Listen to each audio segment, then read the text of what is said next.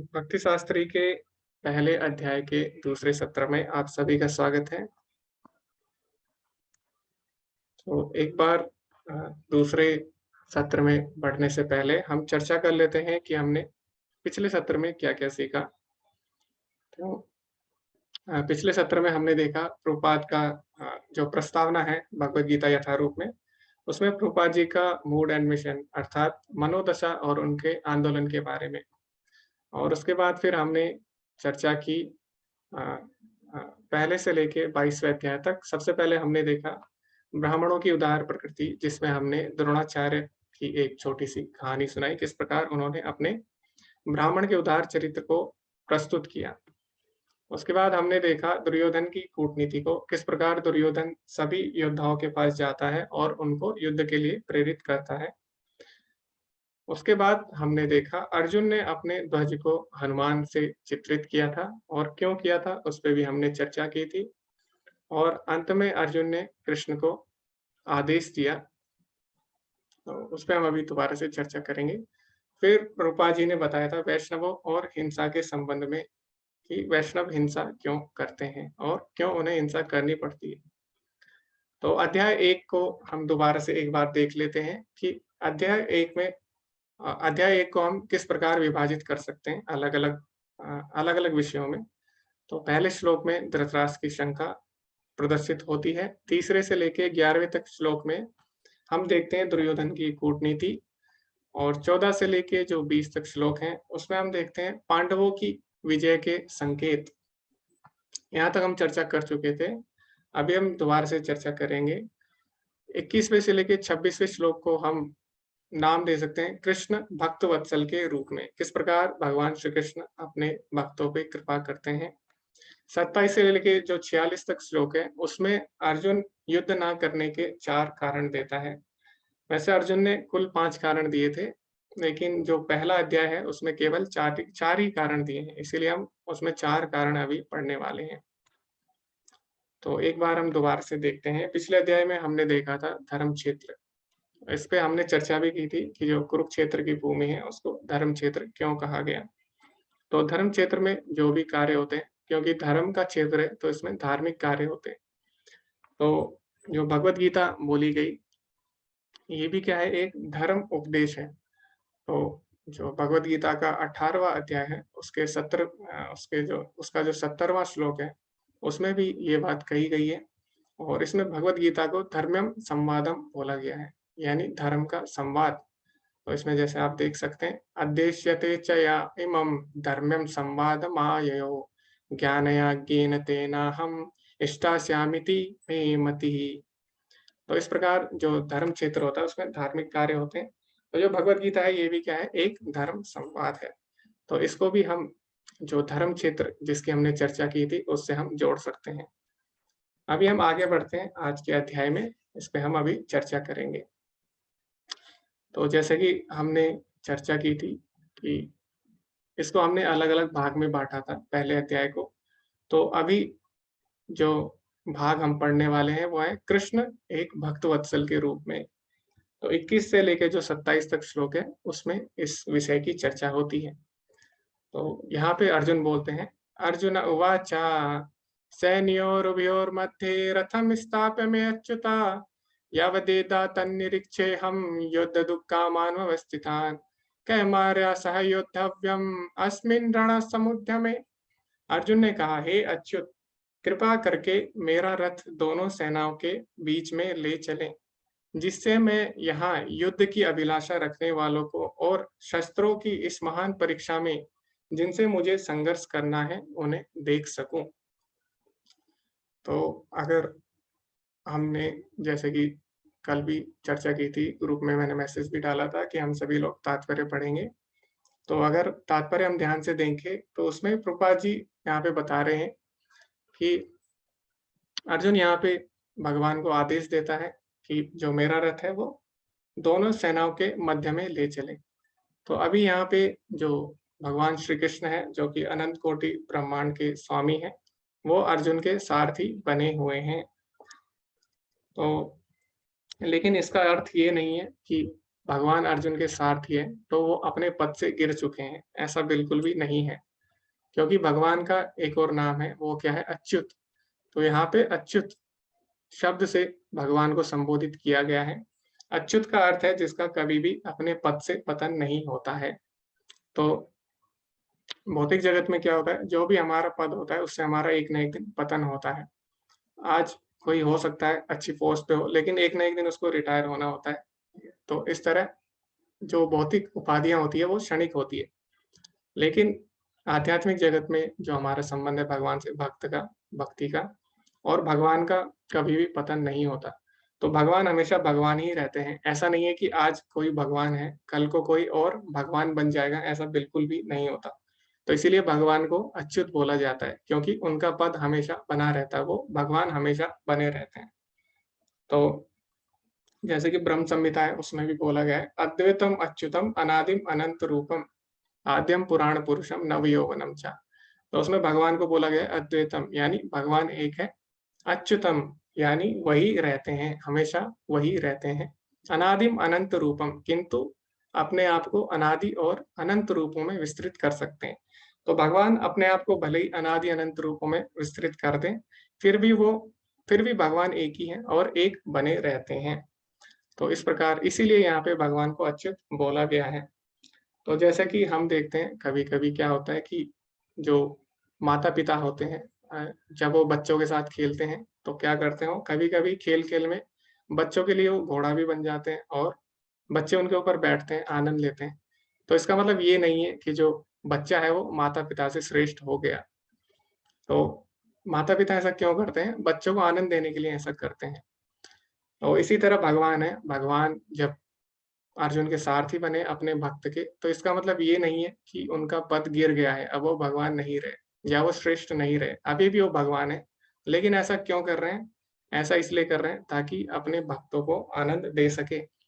तो यही चर्चा यहाँ पर प्रभुपाद जी करते हैं तात्पर्य में। तो ये भगवान का जो गुण है, कौन-सा गुण है? भक्तवत्सल का गुण है। तो इसीलिए यहाँ पे कहा गया है 21 से 27वें श्लोक में, कृष्ण एक भक्तवत्सल के रूप में। तो भगवान को अगर पाना है, भगवान को अगर वश में करना है, तो उसका एक ही तरीका है, वो है भगवान की भक्ति। तो भक्ति के द्वारा ही भगवान को वश में किया जा सकता है और कोई भी तरीका नहीं है। जो निराकारवादी हैं, वो भगवान में एक होना चाहते हैं, भगवान बनना चाहते हैं। जो अष्टांग योगी है, वो भगवान से सिद्धियाँ चाहते हैं, लेकिन कोई भी भगवान की सेवा नहीं करना चाहता। तो एक भक्ति है जो भगवान की सेवा करना चाहता है और भगवान क्या बोलते हैं, "ये यथा माम प्रपद्यन्ते तां तथैव भजाम्यहम्।" जो जिस रूप में मेरी शरणागति लेता है, मैं उसी भाव से उसके साथ आदान-प्रदान करता हूँ। तो एक भक्त हमेशा भगवान की सेवा करना चाहता है, तो भगवान भी उसी भाव से रेसिप्रोकेट करते हैं, आदान-प्रदान करते हैं और भगवान भी भक्त की सेवा करना चाहते हैं। तो इसीलिए भगवान भक्त की सेवा के लिए हमेशा आतुर रहते हैं। तो कोई बता सकता है इसके उदाहरण जहाँ पे भगवान ने भक्तों की सेवा की हो? इसके बहुत सारे उदाहरण हैं, इस पे हम चर्चा कर सकते हैं। आप हैंड रेज़ कर सकते हैं।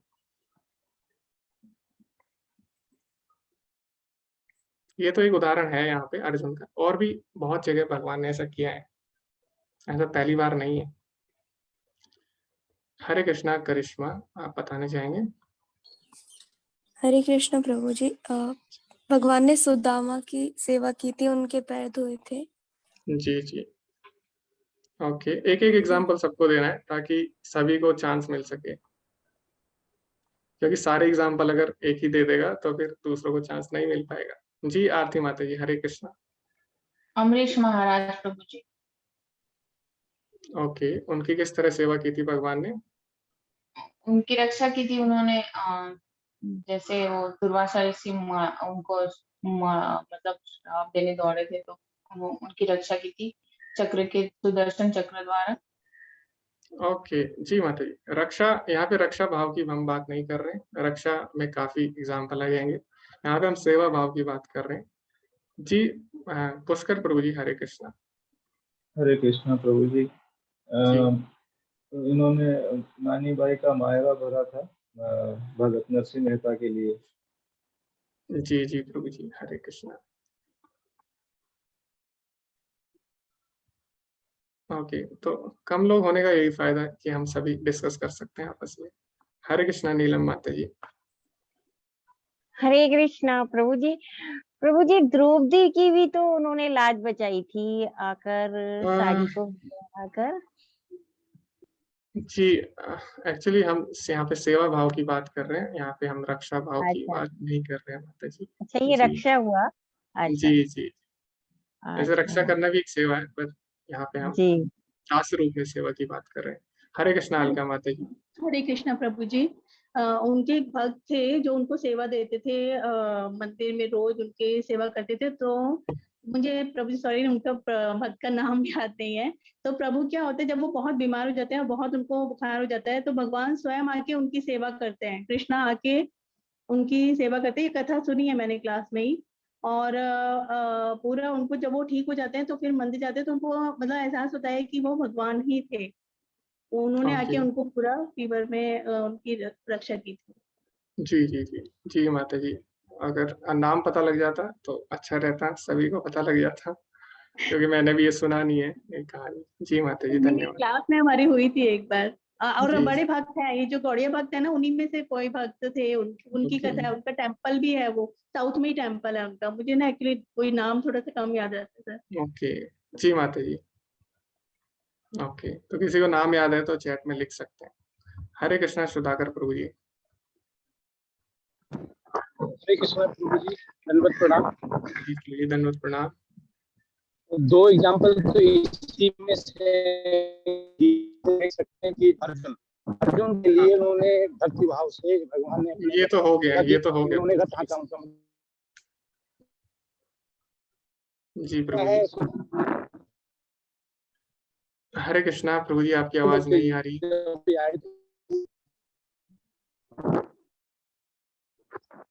दूसरा है सुदामा। सुदामा सुदामा का भी हो गया है प्रभु जी। हरे कृष्णा। हरे कृष्णा प्रभु जी, आपकी आवाज सही से नहीं आ रही है। ठीक है, हम आगे बढ़ते हैं। हरे कृष्णा पल्लवी माता जी। हरे कृष्ण। मैं ऐसा एग्जाम्पल दूंगी, किसी को पता नहीं होगा। 2 से मैं पंढरपुर में थी, तो वहां पर जो विठल है, भगवान विठल, तो एक भक्त थी जनाबाई करके, तो बहुत गरीब थी, भक्त बहुत अच्छी थी। तो वो जब भी वो पत्थर का वो जो था टीला, उस पर आटा डला करते थे, तो स्वयं रात को आकर उसका सारा काम करके जाते थे।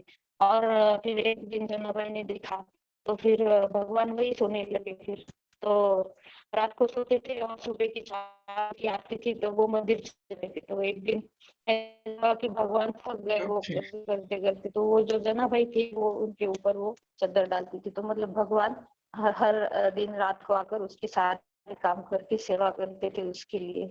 हरे जी कृष्ण। जी, धन्यवाद माता जी। तो इस पे काफी चर्चा हो चुकी है इस विषय पे, तो अभी हम इसको यहीं विराम देते हैं। तो सुदामा एक उदाहरण दिया, बाकी जो उदाहरण थे वो सबने अपने आसपास की जो कथाएं होती हैं उससे दिए। तो हम जो पुराणों में कथाएं वर्णित है उनसे भी हम काफी उदाहरण देख सकते हैं। जैसे कि आप देखें, भगवान श्री कृष्ण ने जब राजसूय यज्ञ हुआ था, तो वहां से भी हम ले सकते हैं उदाहरण। वहां पे भगवान ने कौन सी सेवा ली थी? सभी के चरण धोने की सेवा भगवान ने ली थी। और इस प्रकार जब भगवान मिलते थे सभी पांडवों से, तो जो युधिष्ठिर महाराज थे उनके भी भगवान पैर छुआ करते थे, ये भी उदाहरण है। इसी प्रकार भगवान श्री राम जब लंका जा रहे थे तो उन्होंने शिवलिंग की भी स्थापना की थी, ऐसा तुलसी रामायण में आता है। तो वहां पे भी हम देख सकते हैं भगवान अपने भक्तों की सेवा के लिए हमेशा तत्पर रहते हैं। तो ऐसे बहुत सारे उदाहरण हैं, वहां से भी हम ले सकते हैं। और एक आपने अगर बलि महाराज की कथा सुनी होगी, तो उसमें भी भगवान बलि महाराज के द्वारपाल बन जाते हैं। तो बलि महाराज को पाताल लोक का राजा बनाने के बाद बलि महाराज बोलते हैं कि आपने अभी क्या किया कि मेरे से सब कुछ ले लिया और मैंने आपको सब दान दे दिया, लेकिन अभी असुर लोग मेरे पे आक्रमण कर देंगे क्योंकि मैं उनका राजा हूँ, और वो कभी भी नहीं चाहेंगे कि उनका राजा भगवान को सब कुछ दे दे अपना। तो भगवान ने बोला, आप चिंता मत करिए, योगक्षेमम वहाम्यहम्, मैं तुम्हारी रक्षा जरूर करूंगा, न मे भक्ता प्रणश्यति। तो भगवान ने फिर उनके द्वारपाल के रूप में उनकी सेवा दी बलि महाराज की। तो इस तरह भगवान भी अपने भक्तों की सेवा करते हैं, और ये पहली बार नहीं है कि भगवान ऐसा कर रहे हैं, भगवान ऐसा करते हैं और करते रहते हैं। तो अगर हम दामोदर अष्टकम पढ़े, तो उसमें भी हम देखें कि भगवान को जो बांधती है रस्सी, वो रस्सी कौन सी है? भक्ति की रस्सी है। तो उस रस्सी की भी स्तुति की गई है दामोदर अष्टकम, अगर आप पढ़ेंगे तो उसमें क्या बोला गया है? नमस्तेस्तु धामने स्पृहत दीप्ति धामने तदोदरायाता विश्वस्य धामने, कि मैं उस रस्सी को प्रणाम करता हूँ, उस रस्सी को मैं प्रार्थना करता हूँ, बार बार प्रणाम करता हूँ, जिसने भगवान को बांधा है। क्योंकि भगवान क्या है? भगवान के उस पेट को बांधा है जिसमें सारा विश्व समाया हुआ है। तो वो रस्सी कौन सी है वास्तव में? वो रस्सी है भगवान की भक्ति। तो भक्ति के द्वारा ही भगवान को बांधा जा सकता है। तो यही अंतर है मायावादी और भक्तों में, क्योंकि जो मायावादी है वो भगवान बनना चाहते हैं, लेकिन जो भक्ति है वो इतनी मधुर है कि भगवान स्वयं उसमें बंध जाते हैं। तो कौन महान हुआ? तो भक्त हमेशा महान हुआ। क्यों? क्योंकि एक व्यक्ति वो दुकान में जाता है, वो कुछ सामान ले लेता है दुकान से, और दूसरा व्यक्ति है वो दुकान ही खरीद लेता है। तो दोनों में श्रेष्ठ कौन हुआ? दूसरे वाला। क्यों? क्योंकि उसने पूरी दुकान ही खरीद ली। इसी प्रकार भगवान के भक्त हैं, वो छोटी मोटी चीजें नहीं मांगते, वो क्या करते हैं? भगवान को ही मांग लेते हैं भगवान से। तो इसीलिए भक्त ज्यादा श्रेष्ठ होते हैं और भक्ति ज्यादा श्रेष्ठ होती है।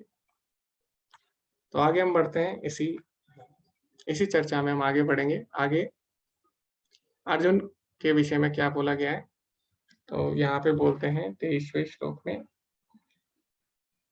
योत्सयामावनावक्षे में अवक्षे अहम ये एते अत्र समागता धृतराष्ट्रस्य दुर्बुद्धे युद्धे प्रिया चिकीर्षवः। मुझे उन लोगों को देखने दीजिए जो यहाँ पर धृतराष्ट्र के दुर्बुद्धि पुत्र अर्थात दुर्योधन को प्रसन्न करने की इच्छा से लड़ने के लिए आए हैं। संजय उवाच एवमुक्तो ऋषिकेशो गुडाकेशेन भारत सैन्योर्व्योर्मध्ये स्थापित्वा रथोत्तमम्।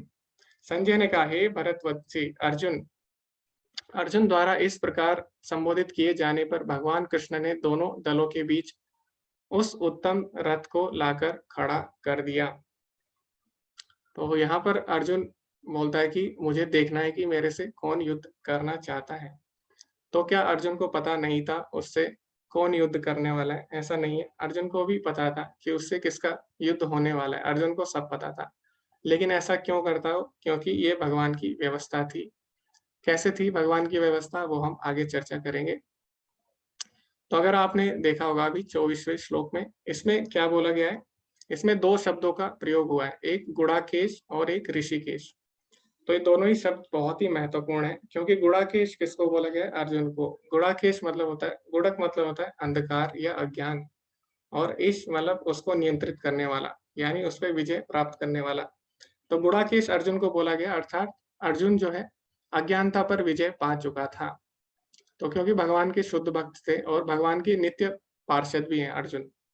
तो चौथे अध्याय में भी भगवान बोलते हैं, बहुनि में व्यतीतानि जन्मानि तब चार्जुना, कि हे अर्जुन तुम और मैं अनेकों अनेक बार इस धराधाम पर प्रकट हो चुके हैं।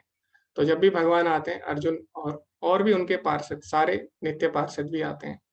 तो अर्जुन भगवान का नित्य पार्षद है, इसीलिए वो कभी भी अंधकार में या अज्ञानता में नहीं पड़ सकता। और वैसे भी अगर हम देखें महाभारत में, तो अर्जुन जो है वो कोई साधारण व्यक्ति नहीं था।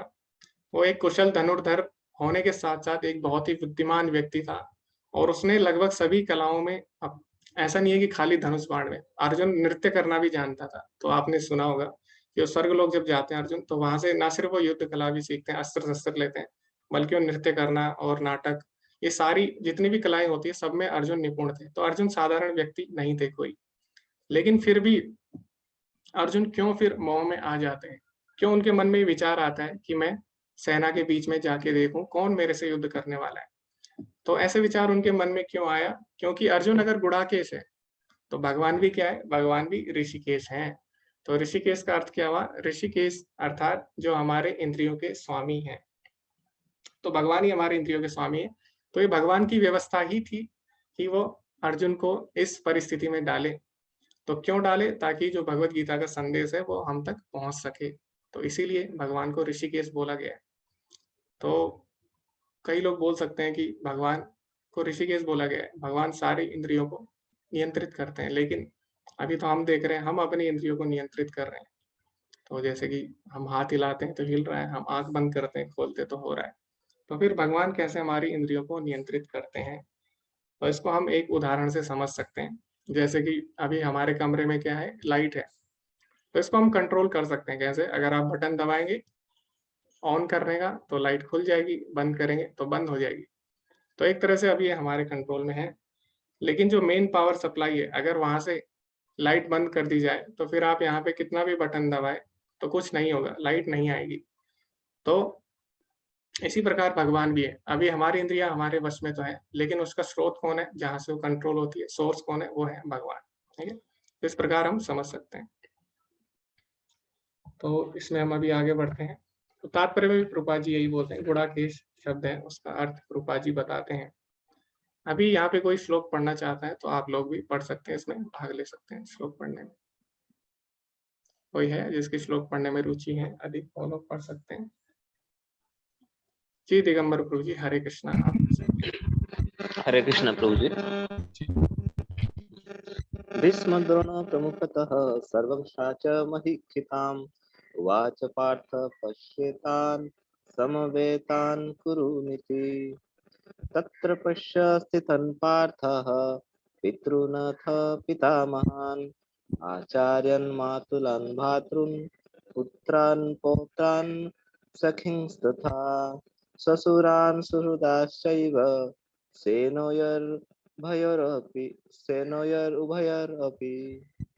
भीष्म द्रोण तथा विश्वभार के अन्य समस्त राजाओं के सामने भगवान ने कहा कि हे पार्थ, यहाँ पर एकत्र सारे कुरुओं को देखो।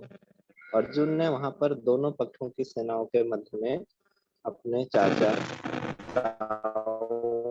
पितामहों, गुरुओं, मामाओं, भाइयों, पुत्रों, पत्रों, मित्रों, ससुरों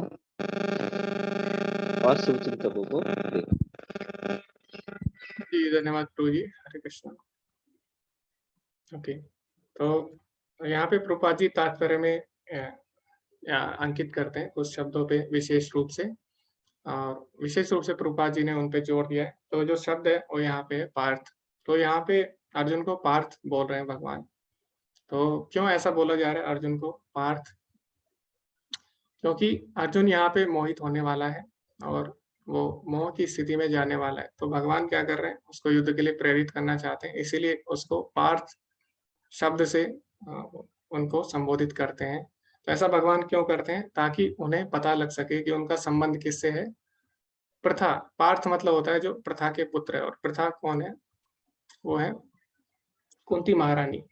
तो ताकि अर्जुन को पता लग सके कि वो प्रथा के पुत्र हैं, और कुंती महारानी जो कि भगवान की बहुत बड़ी भक्त है और वो किसी भी परिस्थिति में मोहित नहीं होती। तो कुंती महारानी जो है वो जब वनवास में भी थी तब भी उनको इतनी चिंता नहीं हुई, और भगवान जब उनसे मिलने आते हैं बीच में तो बोलती है कि भगवान आप मुझे इसी प्रकार दुख देते रहिए, क्योंकि हो सकता है सुख में मैं आपको भूल जाऊं, लेकिन दुख में मैं आपको कभी भी नहीं भूलूंगी। इस प्रकार आप कुंती महारानी की जो प्रार्थना है उनको भी आप पढ़ सकते हैं, श्रीमद् भागवतम में दी है। तो कुंती महारानी भगवान की इतनी बड़ी भक्त है और किसी भी परिस्थिति में भगवान की आज्ञा का उल्लंघन नहीं करती। तो इसीलिए भगवान अभी अर्जुन को पार्थ शब्द से उच्चारण कर रहे हैं अर्जुन को। क्यों? ताकि अर्जुन को पता लग सके कि उनका संबंध कुंती महारानी से है, तो उन्हें मोहित नहीं होना चाहिए। तो भगवान क्या कर रहे हैं, अर्जुन को एक तरह से पार्थ कहकर प्रेरित कर रहे हैं।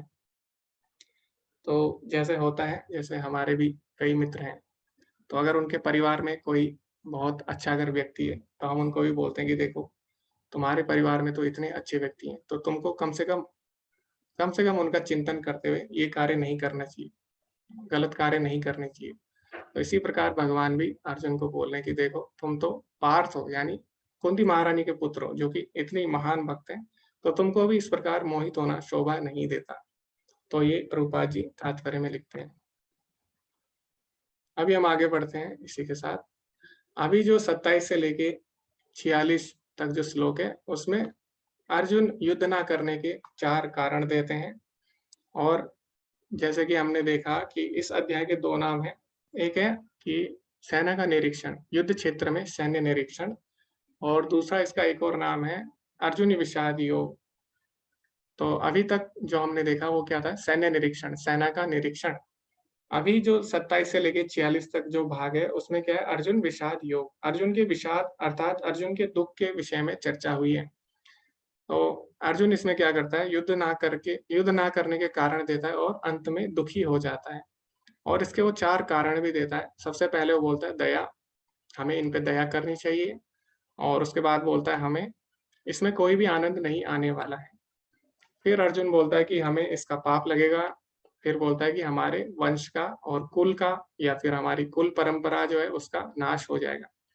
तो एक-एक करके हम इन सभी कारणों को पढ़ेंगे। ओके, हरे कृष्णा। अरविंद प्रभु जी पढ़ना चाहते थे इसको। जी, हरे कृष्णा प्रभु जी। हरे कृष्ण प्रभु। 27 से पढ़ना है ना प्रभु? जी प्रभु जी। जी। तान समीक्ष्य स कौन्तेय सर्वान् बन्धून् अवस्थितान् कृपया पर्याविष्टो विषीदन्तम् इदम् अब्रवीत्। जब कुंती पुत्र अर्जुन ने मित्रों तथा संबंधियों की इस विभिन्न श्रेणियों को देखा तो वह करुणा से अभिभूत हो गया और इस प्रकार बोला। अर्जुन उवाच दृष्ट्वेमं कृष्णं स्वजनं कृष्णं युयुत्सु समुपस्थितं सीदन्ति मम गात्राणि मुखं च परिशुष्यते। अर्जुन ने कहा, हे कृष्ण, इस प्रकार युद्ध की इच्छा रखने वाले अपने मित्रों तथा संबंधियों को अपने समक्ष उपस्थित देखकर मेरे शरीर के अंग कांप रहे हैं और मेरा मुख सूख रहा है। हरे कृष्णा प्रभु जी, धन्यवाद। इससे आगे हम अभी पढ़ते हैं। ओके, तो यहाँ पे आप देख सकते हैं मैंने हाईलाइट किया है यहाँ पे 2 शब्दों को। उसमें क्या बोला गया है, कृपया पर्या अर्थात दया के वशीभूत होकर। तो पहला कारण अर्जुन ने युद्ध ना करने का क्या दिया, दया। तो अर्जुन ने बोला हमें इन पे दया करनी चाहिए। तो अगर आप यहाँ पे तात्पर्य पढ़ेंगे, प्रभुपाद जी लिखते हैं 28वें श्लोक जो है उसमें लिखते हैं कि दया जो है वो एक सद्गुण है, और ये जो दया है ये दिव्य गुण भी है, और ये जो सारे दिव्य गुण हैं ये भक्तों में भी पाए जाते हैं। तो जब कोई भगवान की भक्ति करता है उसमें सारे दिव्य गुण अपने आप ही आ जाते हैं। और इसमें प्रभुपाद जी एक उदाहरण भी देते हैं, श्रीमद् भागवतम से उन्होंने लिया है। तो इसमें अगर आप देखेंगे तो इसमें लिखा गया है, यस्यास्ति भक्तिर्भगवत् चिन्ना सर्वे गुणस्तत्र समासते सुरः। अर्थात जो भगवान के भक्त होते हैं, हराव भक्तस्य कुतो महत् गुणा मनोरथे नासति धावतो बहि। तो प्रभुपाद जी बोलते हैं जो भगवान के शुद्ध भक्त होते हैं या जो भगवान की भक्ति में लगे रहते हैं, धीरे-धीरे उनके कलमश दूर होते हैं और उनके अंदर दिव्य गुण आ जाते हैं, सारे दिव्य गुण आ जाते हैं, और दया भी उनमें से एक दिव्य गुण है। लेकिन अभी दया कहाँ पे करनी है, कहाँ पे नहीं करनी, वो भगवान बताएंगे आगे। तो क्यों करनी है, क्यों नहीं करनी, उस पे भी हम चर्चा करने वाले हैं अभी। तो पहला कारण अर्जुन ने दिया, दया। फिर अर्जुन ने बोला उसके बाद कि इसको मारने में कोई भी आनंद नहीं है, इन सबको मारने में हमें क्या आनंद मिलेगा। तो ऐसा अर्जुन ने क्यों बोला उसकी हम चर्चा करते हैं। तो कोई अगर इस श्लोक पढ़ना चाहता है आप लोग पढ़ सकते हैं। हरे कृष्णा वनाली माता जी, आप पढ़ सकते हैं। हरे कृष्ण प्रभु जी। जी माता जी। न चो शक्नोम्यवस्थातुं भ्रमतीव च मे मनः निमित्तानि च पश्यामि विपरीतानि केशव। मैं यहाँ अब और अधिक खड़ा रहने में असमर्थ हूँ, मैं अपने को भूल रहा हूँ और मेरा सिर चकरा रहा है। हे कृष्ण, मुझे तो केवल अमंगल के कारण दिख रहे हैं। न च श्रेयो अनुपश्यामि हत्वा स्वजनमां भवे न कांक्षे विजयं कृष्ण न च राज्यं सुखानि च।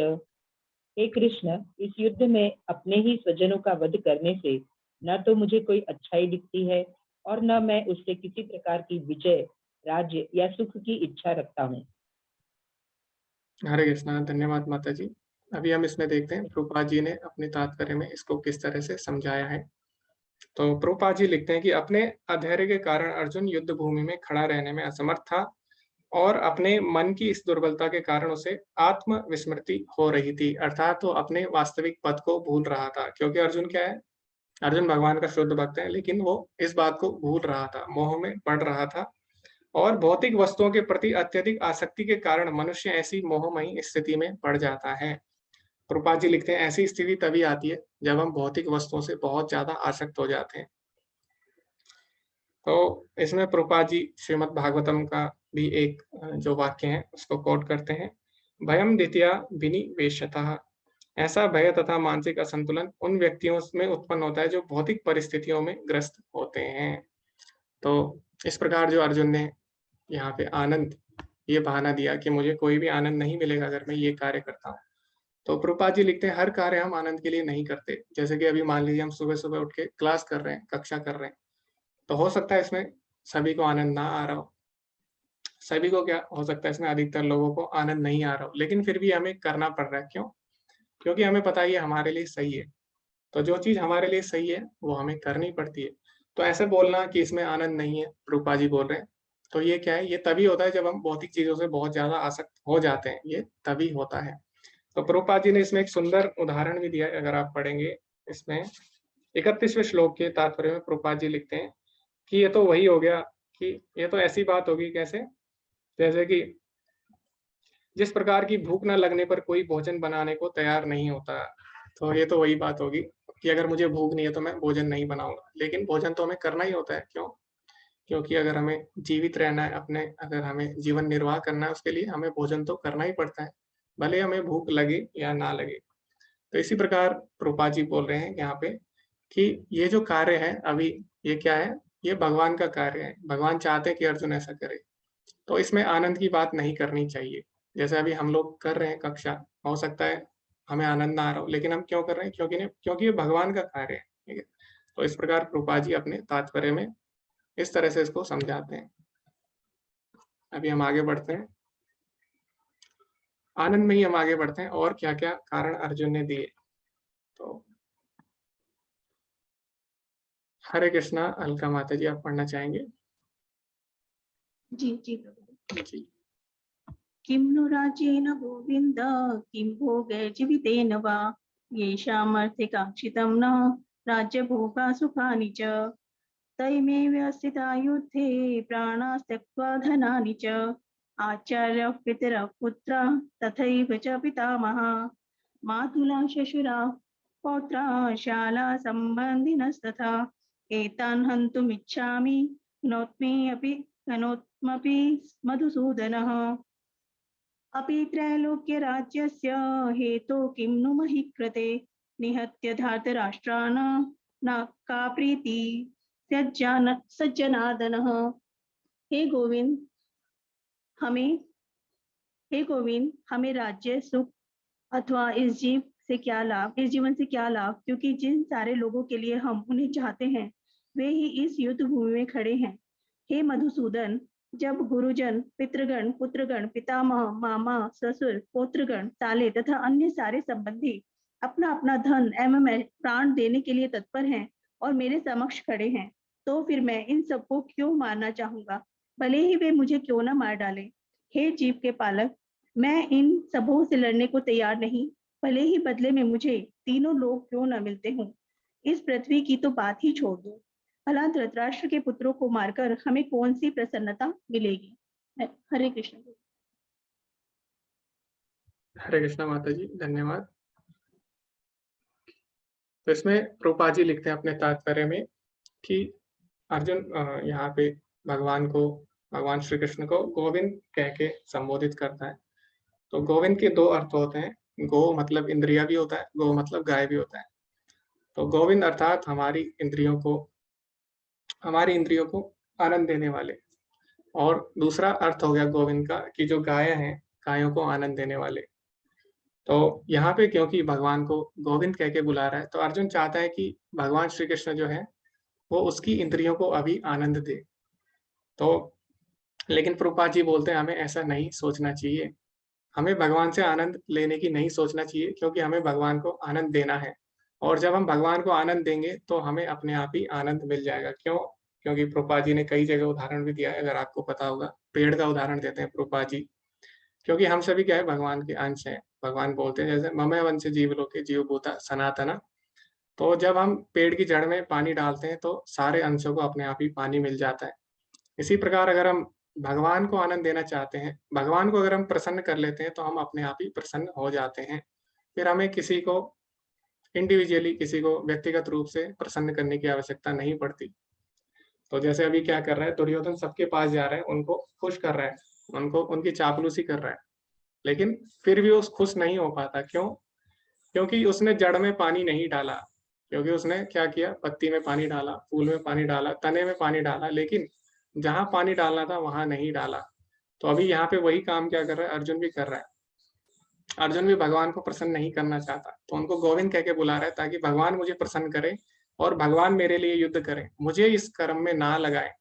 भगवान खुद ये काम क्यों नहीं कर लेते, ऐसा अर्जुन यहाँ पे सोच रहा है। और ये हमें कौन बता रहा है, ये हमें प्रभुपाद जी अपने तात्पर्य में बता रहे हैं। तो लेकिन प्रभुपाद जी लिखते हैं कि अर्जुन को पता नहीं है कि भगवान पहले ही उन्हें मार चुके हैं, भगवान उसका कार्य पहले ही कर चुके हैं और भगवान ने केवल उसे निमित्त मात्र चुना है।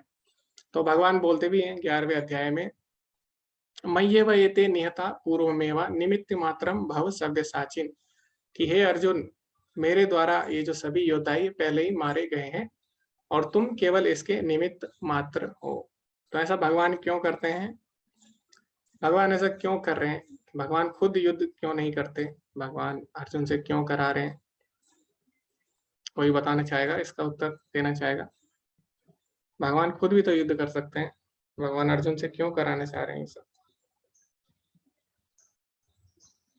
अभी बहुत सारे हैंड रेज्ड हैं पहले से ही, तो पता नहीं वो पढ़ने के लिए श्लोक या फिर वो आंसर करने के लिए। हरे कृष्णा गौरव प्रभु जी, आपने हैंड रेज किया है, पढ़ने के लिए किया है, आंसर के लिए किया है? आंसर के लिए क्या प्रभु जी? हरे कृष्णा। जी प्रभु जी, हरे कृष्णा। हाँ, प्रभु जी, भगवान हमेशा चाहते हैं कि उनको भक्तों को यश मिले, कीर्ति मिले, उनका गुणगान हो। तो इसीलिए हाँ, भगवान खुद नहीं लेना चाहते क्रेडिट, खुद कार्य करके वो अपने भक्तों को आगे रख के उनका श्रेय और उनका सम्मान बढ़ाना चाहते हैं। जी जी जी जी प्रभु जी, हरे कृष्ण। तो क्योंकि प्रभु जी ने काफी सटीक उत्तर दिया है तो हम इस पे और चर्चा नहीं करेंगे।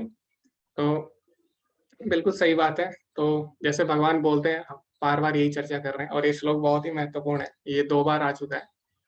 तो भगवान क्या बोलते हैं 4थे अध्याय में, ये यथा माम प्रपद्यन्ते ताम सथैव भजाम्यहम्, जो जिस भाव से मेरी शरणागति लेता है मैं भी उसी भाव से आदान प्रदान करता हूँ उसके साथ। तो जो भगवान के भक्त हैं वो क्या चाहते हैं कि भगवान का नाम हो, भगवान का यश हो, भगवान के नाम का प्रचार हो। और प्रभुपाद जी ने अपना पूरा जीवन इसी में समर्पित कर दिया कि जो भगवान का नाम है वो हर गली में जाए। तो इसी प्रकार भगवान भी चाहते हैं, जिस प्रकार मेरा भक्त चाहता है कि मेरा नाम हो, मेरा यश हो हर जगह, उसी प्रकार भगवान भी चाहते हैं कि मेरे भक्त का भी यश हर जगह हो। तो भगवान बोलते भी हैं इसी श्लोक में जिसमें भगवान ने बोला था निमित्त मात्र, तो तस्मात् उत्तिष्ठ यशो लभस्व, ऐसा भगवान बोलते हैं अर्जुन को कि हे अर्जुन, खड़े हो और यश को प्राप्त करो। तो अर्थात भगवान ऐसा क्यों कर रहे हैं? ताकि अर्जुन का यश फैले, ताकि जैसे भक्त चाहता है भगवान का यश फैले, उसी तरह भगवान भी चाह रहे हैं मेरे भक्त का यश फैले। तो इसीलिए भगवान ये भक्तों से कराते हैं। ऐसा भगवान तो पहले ही कर चुके हैं, लेकिन इसका क्रेडिट भक्तों को दे रहे हैं, निमित्त बना रहे हैं उनको। तो इसी तरह भगवान श्री राम है, तो भगवान श्री राम ने इतनी बड़ी सेना क्यों बनाई, क्यों इतने वानरों को इकट्ठा किया, क्यों सबके पास जाके संधि की, क्यों उनको इतना कुछ करना पड़ा, 14 साल वन में रहना पड़ा? तो ऐसा इसलिए किया ताकि जो भक्त हैं उनको सेवा मिल सके और उनका भी यश फैल सके। वरना भगवान श्री राम तो अकेले ही मार सकते थे, या फिर उनको आने की भी जरूरत नहीं थी रावण को मारने के लिए। लेकिन ऐसा क्यों करते हो, इतना सब कुछ क्यों किया उन्होंने? ताकि उनके भक्तों का यश फैले। और हम आज देखते हैं, आज उनके भक्तों का, जिन्होंने भगवान की सेवा की थी, सबका यश फैला है। चाहे अर्जुन हो, चाहे हनुमान हो, विभीषण हो, सभी ने जिन्होंने भगवान की सेवा की, भगवान की जिन्होंने बात मानी, उनका यश फैला है। तो भगवान यही चाहते हैं कि भक्त का भी यश फैले, तो इसीलिए भगवान ये सब कराते हैं। तो यहाँ पे मैंने एक शब्द यहाँ पे हाईलाइट किया है, उसमें अर्जुन क्या बोल रहे हैं, का प्रीति स्यात्, यानी इसमें मुझे क्या आनंद मिलेगा। तो आनंद की बात हम पहले ही कर चुके हैं पिछले श्लोक में। तो अभी देखते हैं प्रभुपाद जी इसमें और किस तरह से समझाते हैं। तो प्रभुपाद जी लिखते हैं तात्पर्य में, जो इस श्लोक में तात्पर्य है, क्योंकि 32 से लेके जो 35 श्लोक है वो एक साथ लिखे गए हैं यहाँ पे भगवद गीता यथारूप है। तो उसी में अगर आप तात्पर्य पढ़ेंगे, प्रभुपाद जी लिख रहे हैं, हर व्यक्ति अपने वैभव का प्रदर्शन अपने मित्रों तथा परिजनों के समक्ष करना चाहता है, किंतु अर्जुन को भय है कि उसके सारे मित्र तथा परिजन युद्ध भूमि में मारे जाएंगे और वहां विजय के पश्चात उनके साथ अपने वैभव का उपयोग नहीं कर सकेगा। तो अर्जुन का कहना ये है यहाँ पे कि जिनके लिए मुझे युद्ध करना चाहिए, अगर कोई युद्ध करता है तो क्यों करता है? अपनी प्रजा के लिए करता है, अपने परिवार को खुश रखने के लिए करता है, ताकि अपने परिवार के साथ वो आनंद उठा सके। लेकिन यहाँ पे अर्जुन बोला कि मैं अपने परिवार को ही मार दूंगा, तो युद्ध करके मुझे क्या आनंद मिलेगा? क्योंकि जिनके लिए लोग युद्ध करते हैं वही नहीं रहेंगे। तो हर कोई चाहता है कि अपनी जो विजयी है, अपना जो भी वो जीतते हैं या जहाँ पे भी उनका यश होता है, तो वो अपने परिवार के साथ, अपने स्वजनों के साथ साझा करें। तो इससे क्या होता है, उनको आनंद मिलता है। जैसे कि आपने देखा होगा कि आपने किया भी होगा ऐसा। तो जब क्या होता है, हम कोई नया कपड़ा खरीदते हैं या कोई नया मोबाइल खरीदता है, आजकल कपड़ा तो कॉमन बात है। तो जैसे कोई अच्छा मोबाइल खरीद लेता है तो क्या करता है, उसको सेल्फी लेता है, ठीक है? और मोबाइल की सेल्फी लेके, जैसे आपने देखा होगा कई लोग आईफ़ोन लेते हैं तो क्या करते हैं, उसकी सेल्फी लेते हैं शीशे में और दिखाते हैं सबको। तो इससे क्या होता है, इससे उनको आनंद आता है। क्यों? वो साझा करते हैं कि हमने ये चीज़ किया, हमने ये अचीवमेंट, उनके लिए अचीवमेंट होती है।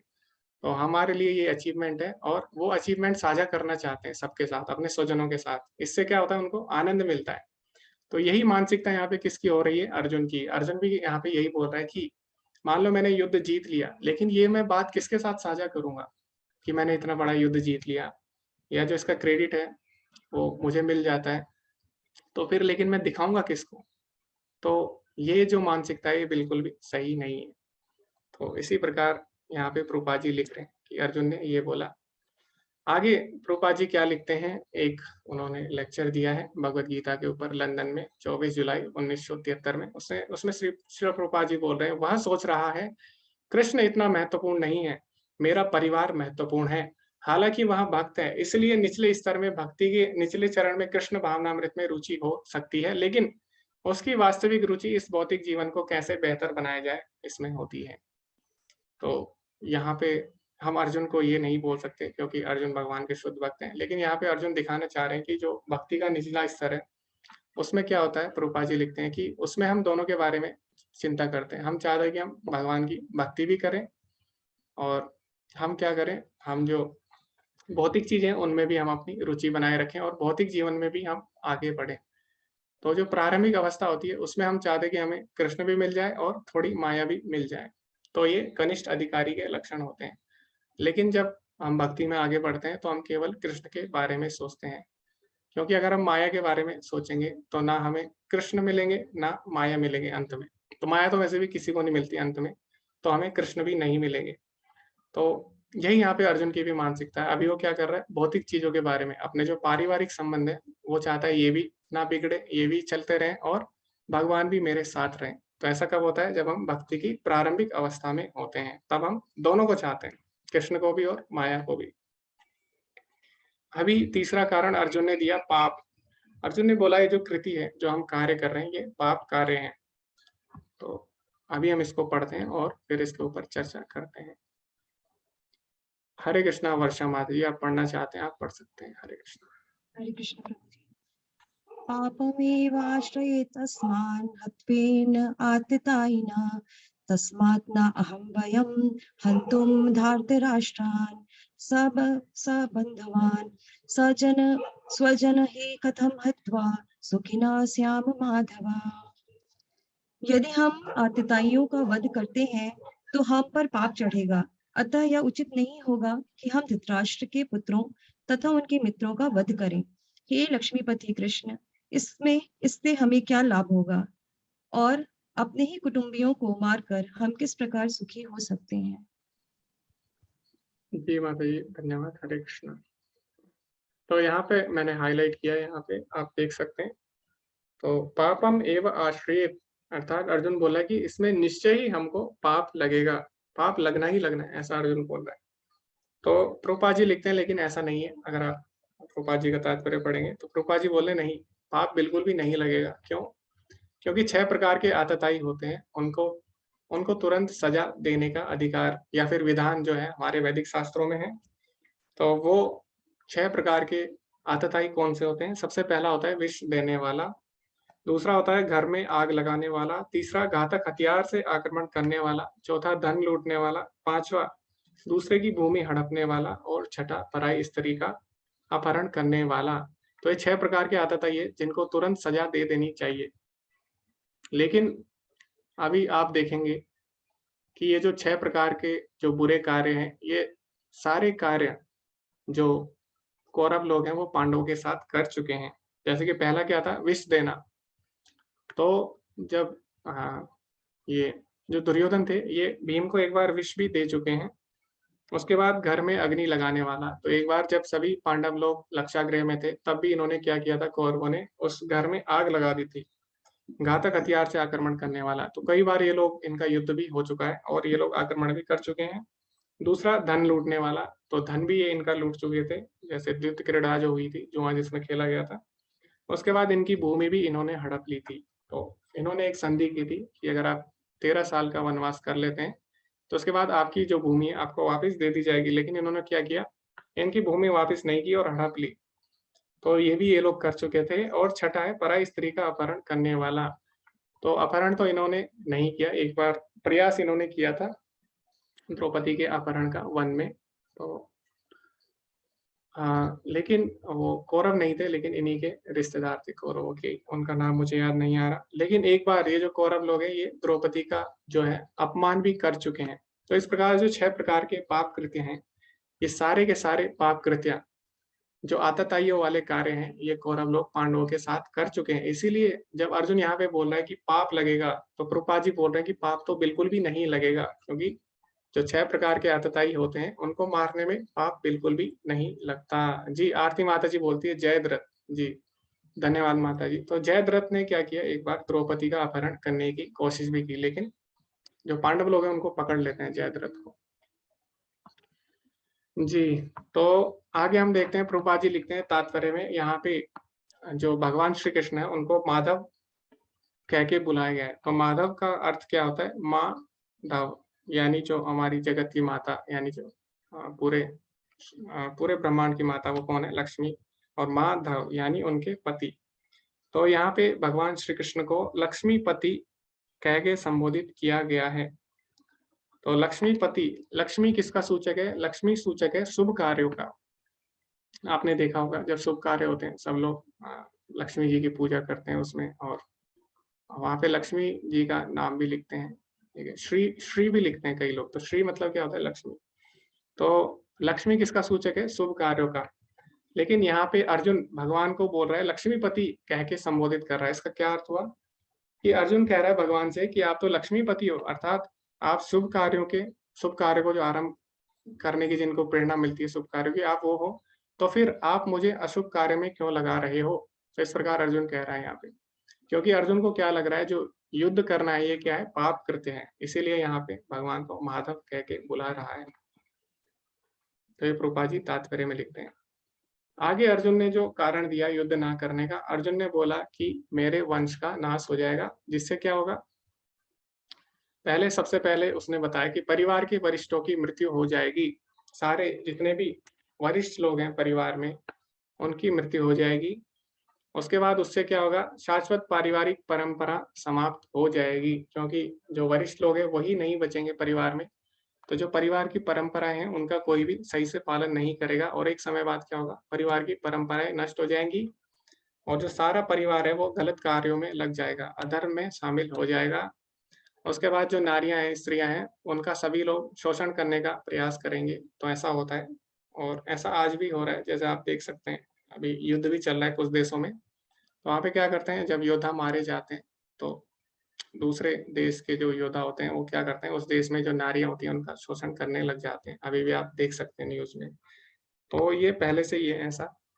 तो जब वरिष्ठ नागरिक घर के नहीं रहते हैं, तो जब बच्चे गलत राह पे चले जाते हैं, और इस प्रकार लोग क्या करते हैं, लोगों की मनोवृत्ति रहती है कि स्त्रियों का शोषण किया जाए। तो इससे क्या होगा, स्त्रियों का जो नारित्व है उसका ह्रास होगा, और उससे अवांछित संतानें उत्पन्न होंगी। और ऐसी अवांछित संतानें जो है वो ना केवल जो समाज है उसमें उत्पात तो मचाएंगी, सामुदायिक परियोजनाओं को तो वो विनाश करेंगी, लेकिन जो पारिवारिक कल्याण है उसका भी नाश करेंगी। और इस प्रकार अर्जुन बोलते हैं, ना सिर्फ हमारे परिवार की परंपराएं, हमारे समाज का नाश होगा, बल्कि जो हमारे पितृ हैं उनका भी हानि, उनको भी नुकसान पहुंचेगा। क्यों? क्योंकि कोई भी पिंडदान करने वाला नहीं बचेगा। तो इस प्रकार अर्जुन युद्ध ना करने के कारण देता है। और अंत में संजय क्या बोलते हैं, अर्जुन ने क्या किया, संजय उवाच एवमुक्तार्जुनः संख्ये रथोपस्था उपाविशत् विसर्ज्य संसरा चापम शोक संविघ्न मानसः। संजय ने कहा, युद्ध भूमि में इस प्रकार कहकर अर्जुन ने अपना धनुष तथा बाण एक ओर रख दिया और शोक संतप्त चित्त से रथ के आसन पर बैठ गया। तो अर्जुन ने युद्ध करने से मना कर दिया अंत में, और अर्जुन विषाद में आ गया, अर्जुन शोक व्याकुल हो गया। तो यहाँ पे आप देख सकते हैं क्या लिखा है, शोक संविघ्न मानसः, अर्थात अर्जुन को शोक ने घेर लिया। तो इसीलिए इस अध्याय का नाम है अर्जुन विषाद योग। तो अंत में हम चर्चा करेंगे रूपा जी इसके बारे में क्या बोलते हैं, और इस पे कुछ विषय हैं जो कि बहुत ही संवेदनशील विषय हैं, उन पे भी हम चर्चा अभी करने वाले हैं। तो प्रभुपाद जी लिखते हैं अपने इंट्रोडक्शन में, परिचय में, पेज नंबर 8 पे, भगवान कृष्ण का एक सहयोगी होने के नाते अर्जुन सभी अज्ञानता से ऊपर था, लेकिन अर्जुन को कुरुक्षेत्र के युद्ध के मैदान में अज्ञानता में डाल दिया गया ताकि भगवान कृष्ण से जीवन की समस्याओं के बारे में सवाल किया जा सके, ताकि भगवान उन्हें भविष्य की पीढ़ियों के लाभ के लिए समझा सके और जीवन की योजना तैयार करें। तब मनुष्य उसके अनुसार कार्य कर सकता था और मानव जीवन के मिशन को पूर्ण कर सकता था।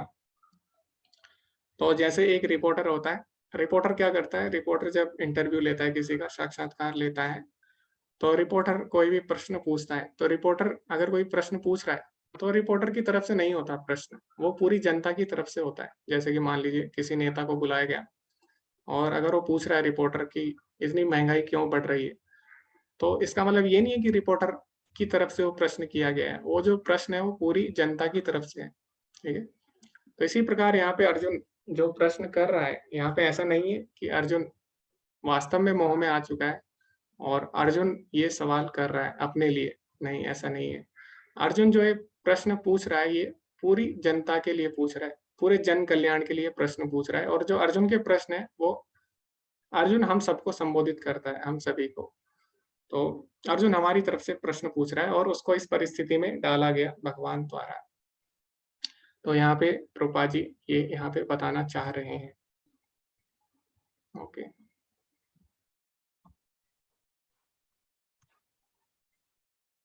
आगे हम पढ़ते हैं कि यहाँ पे बोला गया था, एक काफी संवेदनशील यहाँ पे विषय है कि जो स्त्रियां हैं वो दूषित हो जाती हैं, अगर जो घर में वरिष्ठ हैं उनका अगर नाश हो जाता है युद्ध में। तो यहाँ पे लिखा गया प्रदुष्यन्ति कुल स्त्रियः। तो एक श्लोक भी है, 40वां श्लोक, इसमें बोला गया है, अधर्माभिवाद कृष्णा प्रदुषन्ति कुल स्त्रिया स्त्रीषु दृष्टासु वार्ष्ण्य जायते वर्ण संकरः। हे कृष्ण, जब कुल में अधर्म प्रमुख हो जाता है तो कुल की स्त्रियां दूषित हो जाती हैं और स्त्रीत्व के पतन से हे विष्णुवंशी अवांछित संतानें उत्पन्न होती हैं। तो यहाँ पे ऐसा क्यों बोला गया है कि स्त्रियां दूषित हो जाती हैं, और इसके पीछे क्या कारण है, क्या इसमें समझाना चाहते हैं जो अर्जुन है वो यहाँ पे ऐसा क्यों बोल रहे हैं, इस पे हम चर्चा करेंगे अभी। और सभी इसमें अभी 18 लोग हैं, तो 4-4 लोगों के, 5 लोगों के अगर ग्रुप बनते हैं तो 4 ग्रुप बनेंगे जी। तो 4 के बनेंगे तो ठीक है, 3 के ग्रुप हम बना सकते हैं, 3 के 6 ग्रुप, उस पर हम चर्चा करेंगे। तो आप लोग बता सकते हैं और आप लोग आपस में चर्चा कर सकते हैं कि यहाँ पे ऐसा क्यों बोला गया, स्त्रियां दूषित हो जाती हैं।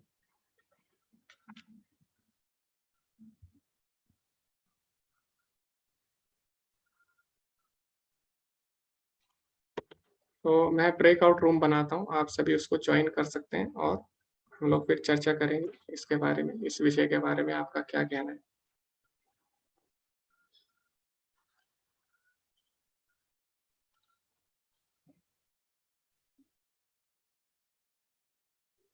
तो आप सभी देख सकते हैं, आपकी स्क्रीन पे आ रहा होगा ब्रेकआउट रूम का, अभी नहीं आया शायद, जी अभी आ गया होगा, अभी आप ज्वाइन कर सकते हैं, इस पे चर्चा कर सकते हैं कि यहाँ पे ऐसा क्यों बोला गया स्त्री के बारे में। हो गया प्रभु जी।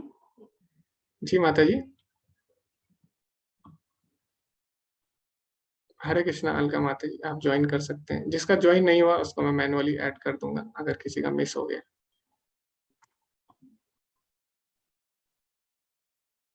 हरे कृष्णा सनत प्रभु जी, आप भी ज्वाइन कर सकते हैं। प्रभाकर प्रभु जी, आप भी ज्वाइन कर सकते हैं। सुधाकर प्रभु जी, आप भी ज्वाइन कर सकते हैं। हरे कृष्णा। किसी को कोई समस्या आ रही है तो आप हैंड रेज कर सकते हैं और उसके बाद ज्वाइन कर सकते हैं।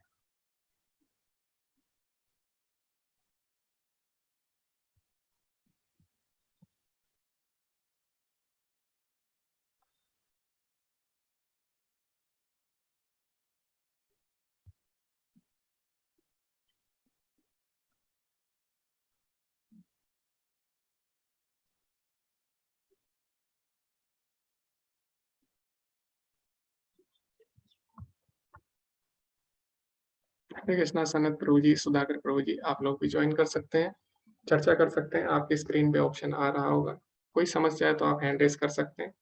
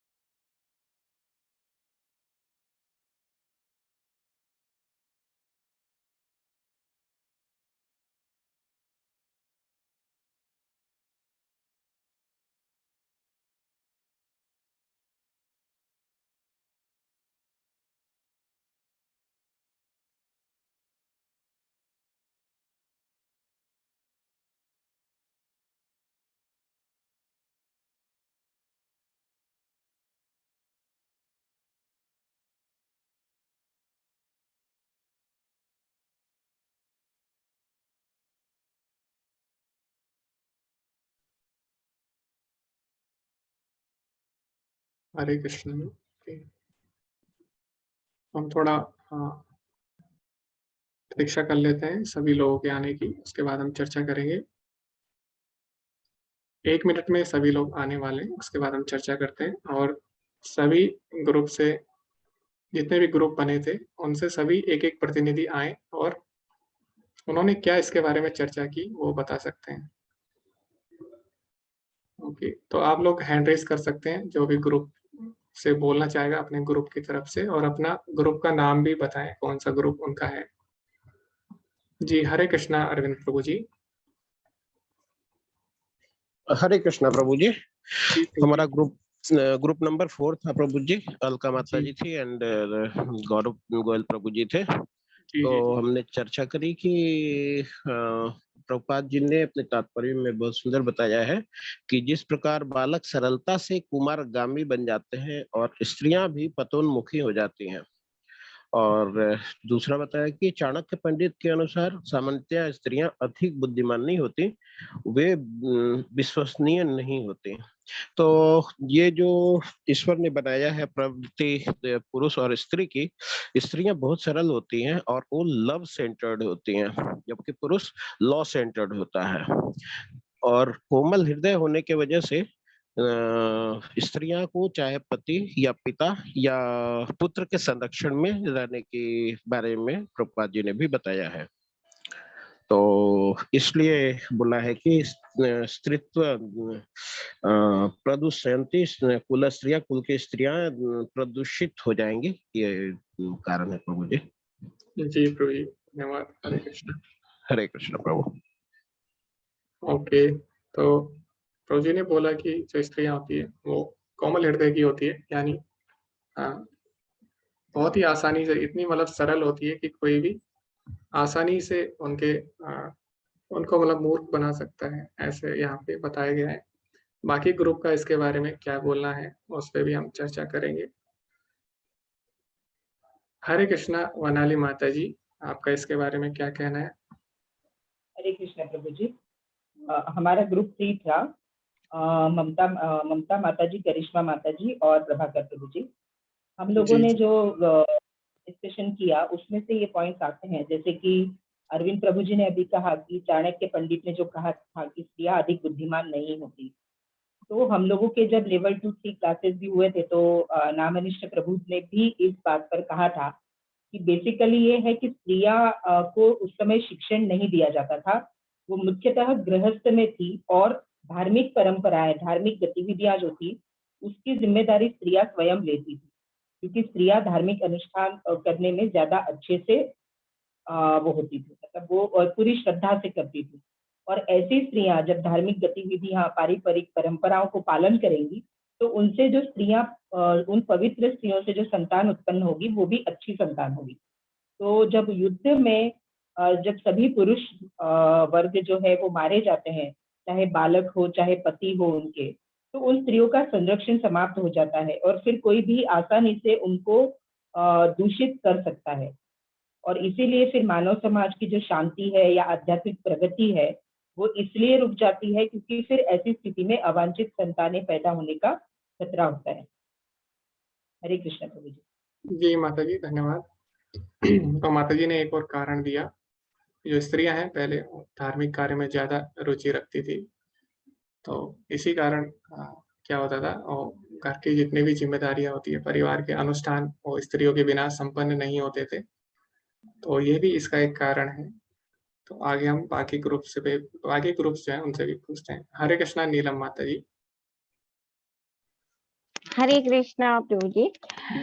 प्रभु जी, मेरे दृष्टि हमारा जो ग्रुप था वो सेकंड ग्रुप था, पल्लवी माता जी, सुधाकर प्रभु जी और तनुश्री माता जी।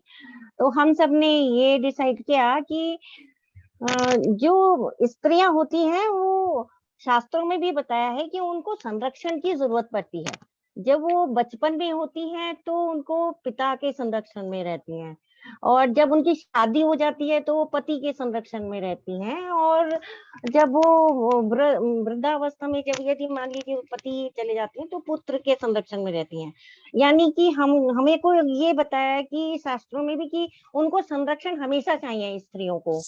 तो रक्षण के अभाव में स्त्रियां अपने खुद रक्षण के हिसाब से भी वो दूसरे व्यक्ति को भी चुन सकती हैं, क्योंकि उनको रक्षण का अभाव, डर, भय रहता है, इसलिए वो अपनी इच्छा से भी वो दूसरी जगह जा सकती हैं और उनका दूषण भी हो सकता है, जिसके कारण ये जो समाज में जो दूषित है प्रथा जो है ये हो जाती है। जब उनके पति ही चले जाएंगे युद्ध में, जब सब मारे जाएंगे, तो ऐसा होना बहुत स्वाभाविक है कि वो दूषित होंगे। प्रभु जी, हमारे ग्रुप से ये पॉइंट आया। जी माता जी, तो बहुत ही अच्छा पॉइंट माता जी ने बताया कि जब परिवार में कोई नहीं होता, क्योंकि अभी क्या है, परिवार में क्या होता है कि सभी एक दूसरे का साथ देते हैं और सभी एक दूसरे पर आश्रित होते हैं। तो अगर उनके पति नहीं रहेंगे तो हो सकता है वो अपना कोई भी उनको कार्य हो जो वो पहले अपने पति पे आश्रित थी, तो अभी वो आश्रय हट गया तो वो भी प्रयास करेंगी कि वो कर सकती है प्रयास, तो उसका सहारा लेने के लिए हो सकता हो किसी गलत व्यक्ति को चुन ले और उससे क्या हो सकता है, उससे वो दूषित हो सकती है। तो ये भी एक कारण काफ़ी अच्छा कारण माताजी ने बताया। जी, हरे कृष्णा आरती माताजी। हाँ तो जी हरे कृष्णा। जी माताजी। हमारे ग्रुप में वर्षा माता जी, रितेश प्रभु जी और ग्रुप 1 था हमारा, रितेश प्रभु जी, वर्षा माता जी और पुष्कर प्रभु जी थे और मैं। उसमें हमने ये जो बाकी लोगों ने बता दिया है वो भी वही है सेम। जिस तरह से बालक को मार्ग पर चला जा सकता है उसी प्रकार इसका भी पतनमुखी हो जाती है। जैसे इन दोनों को भी वयोवृद्ध की आवश्यकता होती है संरक्षण की। अगर नहीं वयोवृद्ध की संरक्षण होगी तो ये कुमार्ग पर भटक सकते हैं और ऐसा पर्पट में बताया गया है। और इसमें फिर दूसरा पॉइंट ये भी आया कि धार्मिक वृद्धि में जो स्त्रियां होती हैं उनसे जो संतानें उत्पन्न होती है वो धार्मिक ही होती हैं और वो समाज में अपना अच्छा दे सकती हैं, मतलब अच्छा कुछ धार्मिक प्रथाओं में संलग्न रह सकते हैं। ऐसा चाणक्य पंडित भी बताए हैं कि और एक पॉइंट है कि स्त्रियां कोमल हृदय वाली होती हैं तो उनसे कोई भी कुछ भी मूर्ख बना सकता है, इसलिए उन्हें पिता पति पुत्र की संरक्षण की हमेशा आवश्यकता होती है। ये 3 पॉइंट हमने। जी माताजी, बहुत ही अच्छे आपने पॉइंट्स रखे हैं कि अगर कोई वरिष्ठ लोग हैं वो नहीं रहते खुद में तो कोई समझाने वाला नहीं बचता, ये भी एक पॉइंट है। जी पल्लवी माताजी, हरे कृष्णा। जी प्रभु जी, ये जो श्लोक और इसका पर्पट है इतना सेंसिटिव है कि जब भी कोई ये पढ़ता है या फिर क्लास में डिस्कशन होता है तो स्त्रियों को बहुत बुरा लग जाता है जी, कि जी, ऐसा जी। स्त्रियों के बारे में बोला है। लेकिन जी। यहाँ पर पर्पट में लास्ट लाइन में प्रभुपाद जी ने एक वर्ड भी यूज किया है कि निठल्ले लोग, मतलब पूरा का पूरा ये इसका जो दोष है वो स्त्रियों के ऊपर भी नहीं लगाया प्रभुपाद जी ने। उन्होंने ये भी बोला कि निठल्ले लोग जो होते हैं तो ये उनका ये काम ही रहता है कि वो स्त्रियों मतलब ये ऐसा दुष्कृत्य करे। मतलब जी। स्त्रियों के ऊपर अगर संरक्षण नहीं रहेगा तो ये निठल्ले लोग उनका फायदा उठाएंगे। हरे जी, जी, कृष्णा। जी माताजी। अब इसमें एक्चुअली इसमें हम ध्यान से देखें तो स्त्रियों को यहाँ पे गलत नहीं बोला, स्त्रियाँ दूषित हो जाती हैं, ऐसा बोला गया है। लेकिन ऐसा नहीं बोला गया स्त्रियाँ दूषित होना चाहती हैं। दूषित होती हैं इसका मतलब ये बाकी लोग जो हैं उनको दूषित करना चाहते हैं। तो इसमें खराब कौन हुआ? स्त्रियाँ नहीं हुई इसमें खराब। बाकी जो दूसरे लोग हैं जो उनका शोषण करना चाहते हैं उनको खराब बोला गया है यहाँ पे। और ये मानव प्रवृत्ति है, लोग चाहते हैं स्त्रियों का शोषण करना। तो आज भी युद्ध चल रहे हैं कुछ देशों में, आप देख सकते हैं वहाँ पे ये सब हो रहा है। और ये सब जब हम पढ़ते हैं तो हमें पता लगता है कि वास्तव में भगवद गीता में जो बताया गया है मानव प्रवृत्ति के बारे में, ये वास्तव में है। तो इसीलिए स्त्रियों का विशेष ध्यान रखा जाता था, क्योंकि ये समाज की प्रवृत्ति ही ऐसी है, ठीक है? हर कोई चाहता है, पहली बात तो हर कोई शोषण करना चाहता है, विशेषकर स्त्रियों का हर कोई शोषण करना चाहता है। तो क्योंकि स्त्रियों का दर्जा विशेष था, जो स्त्री होती है वो माता के रूप में जब होती है तो पहली गुरु होती है। और अगर स्त्री अपने बच्चे को सही संस्कार देती है तो फिर पूरा समाज का कल्याण हो सकता है उससे। क्यों? क्योंकि हर माँ अगर अपने बच्चे को अच्छे संस्कार दे तो क्या होगा, उससे कोई भी गलत कार्य नहीं होंगे समाज में। तो इसीलिए जो स्त्री का दायित्व है वो सबसे बड़ा है, पहली गुरु मानी जाती है। तो अभी हम देखते हैं कि स्त्रियों को संरक्षण दिया जा रहा है, तो कई लोग बोलते हैं जो जैसे फेमिनिज्म वाले जो हैं, फेमिनिस्ट सूडो फेमिनिज्म वाले जो हैं, वो लोग बोलते भी हैं कि ऐसा क्यों, हमें संरक्षण नहीं चाहिए, हमें संरक्षण नहीं चाहिए, हम इंडिपेंडेंट होना चाहते हैं। तो यहाँ पे वेदों में बोला गया है, हमारे धर्म शास्त्रों में, कि स्त्रियों को संरक्षण देना है। तो यहाँ पे वुमेन इंडिपेंडेंस की बात नहीं हो रही है, तो ये गलत है। यहाँ पे ऐसा बोला गया है, पर ऐसा नहीं है। क्योंकि संरक्षण की जब बात होती है तो संरक्षण किसे दिया जाता है? तो अभी मैं आपसे प्रश्न पूछता हूँ कि हमारे देश में सबसे ज्यादा संरक्षण किसको दिया गया है? कोई बता सकता है हैंड रेज करके? सबसे ज्यादा संरक्षण किसको दिया जाता है हमारे देश में? जी हरे कृष्णा पुष्कर प्रभु जी। प्रभु जी, यूँ देखा जाए तो संरक्षण हाई सिक्योरिटी जो सबसे हाँ ऊंचे पोस्ट पे होता है हाँ, उसको तो दिया अभी जाता अभी है। किसको तो दिया किस गया है? किस अभी प्राइम मिनिस्टर को ही है। जी जी जी। तो जी तो क्योंकि प्लीज। उसकी पूरे देश को जरूरत है, तो ऐसी स्त्रियों हम्म। को भी पूरे परिवार को उनकी जरूरत है, इसलिए उनकी इम्पोर्टेंस ज्यादा है, इसलिए उनको संरक्षण की जरूरत है। जी, तो यही बात मैं बोलना चाहता था। एक्चुअली किसी को संरक्षण देना मतलब ये नहीं है कि उसको हमने गुलाम बना दिया। किसी को अगर हम संरक्षण दे रहे हैं, इसका मतलब ये है कि उसकी इम्पोर्टेंस, उसकी महत्वता सबसे ज्यादा है। जैसे अभी है प्रेसिडेंट और जो प्रधानमंत्री हमारे हैं, प्राइम मिनिस्टर, उनको सबसे ज्यादा सिक्योरिटी दी गई है। तो इसका मतलब क्या हुआ? इसका मतलब ये है क्या कि प्राइम मिनिस्टर हमारा गुलाम हो गया, या प्राइम मिनिस्टर को हम अपने कंट्रोल में करना चाहते हैं? इसका मतलब ये बिल्कुल नहीं है। इसका मतलब ये है कि प्राइम मिनिस्टर और जो प्रेसिडेंट है वो हमारे देश के लिए बहुत ही ज्यादा इंपॉर्टेंट है, पूरे देश के कल्याण के लिए, इसीलिए उनको संरक्षण दिया गया है।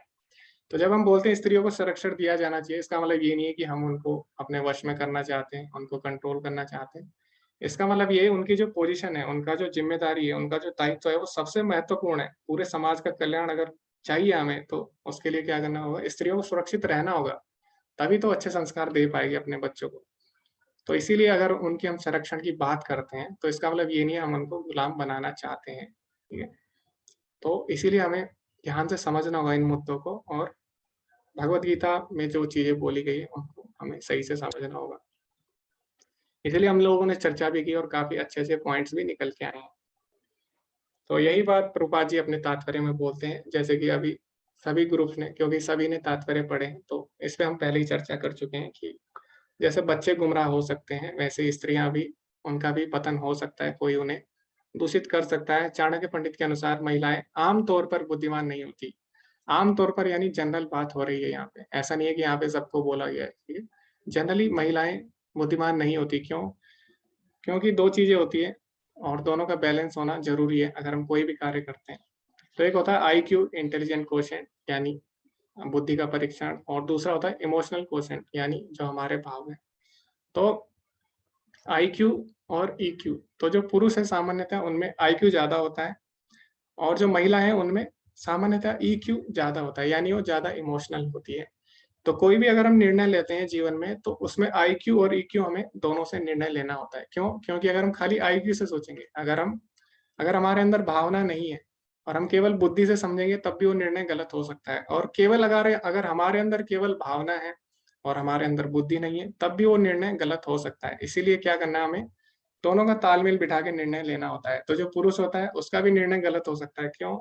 क्योंकि उसमें IQ ज्यादा होती है। सामान्यता की बात हो रही है यहाँ पे, सबकी बात नहीं हो रही है।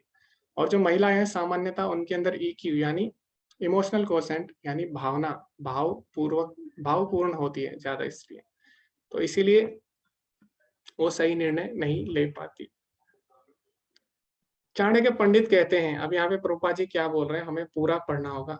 तो कई लोग आधी आधी बातें करते हैं और बोलते हैं कि यहाँ पे स्त्रियों को क्रिटिसाइज किया जा रहा है, लेकिन पूरी बात हमें पढ़नी होगी कि प्रभुपाद जी का इसमें क्या बोलना है। चाणक्य पंडित कहते हैं कि कभी भी राजनेता और महिला पर भरोसा ना करें। बेशक जब स्त्री कृष्ण भावनामृत में आती है, तो वह स्थिति अलग होती है। हम बात कर रहे हैं आम महिला की। कृष्ण कहते हैं दूसरी जगह स्त्रियों, वैश्य तथा शूद्रा। तो यहाँ पे प्रभुपाद जी ने क्या कहा कि चाणक्य पंडित ने ऐसा बोला है आम तौर पर, लेकिन यहाँ पे आप पिछले श्लोक में भी पढ़ेंगे आम तौर पर यानी साधारण तौर पर ये बात हो रही है। लेकिन ये बात किसके लिए लागू नहीं होती? जो महिलाएं कृष्ण भावनामृत में आ जाती हैं, यानी जो भगवान की भक्ति करती हैं। क्योंकि चैतन्य चरितामृत में क्या बोला गया है? जे कृष्ण भजे से बड़ो चातुर। जो भगवान की भक्ति करते हैं वो चतुर होते हैं, स्वाभाविक रूप से उनके अंदर दैवी गुण आ जाते हैं। तो चाहे वो स्त्री हो, चाहे वो पुरुष हो, कोई भी हो, अगर वो भगवान की भक्ति करते हैं, तो भगवान चतुश्लोकी गीता में भी बताते हैं, तेषाम सतत युक्तानाम भजताम प्रीति पूर्वकम। जो भगवान की प्रीति पूर्वक सेवा करते हैं, ददामी बुद्धि योगम तम, मैं उनको बुद्धि देता हूँ, येन माम उपयंती थे, जिससे वो मुझे प्राप्त कर सके।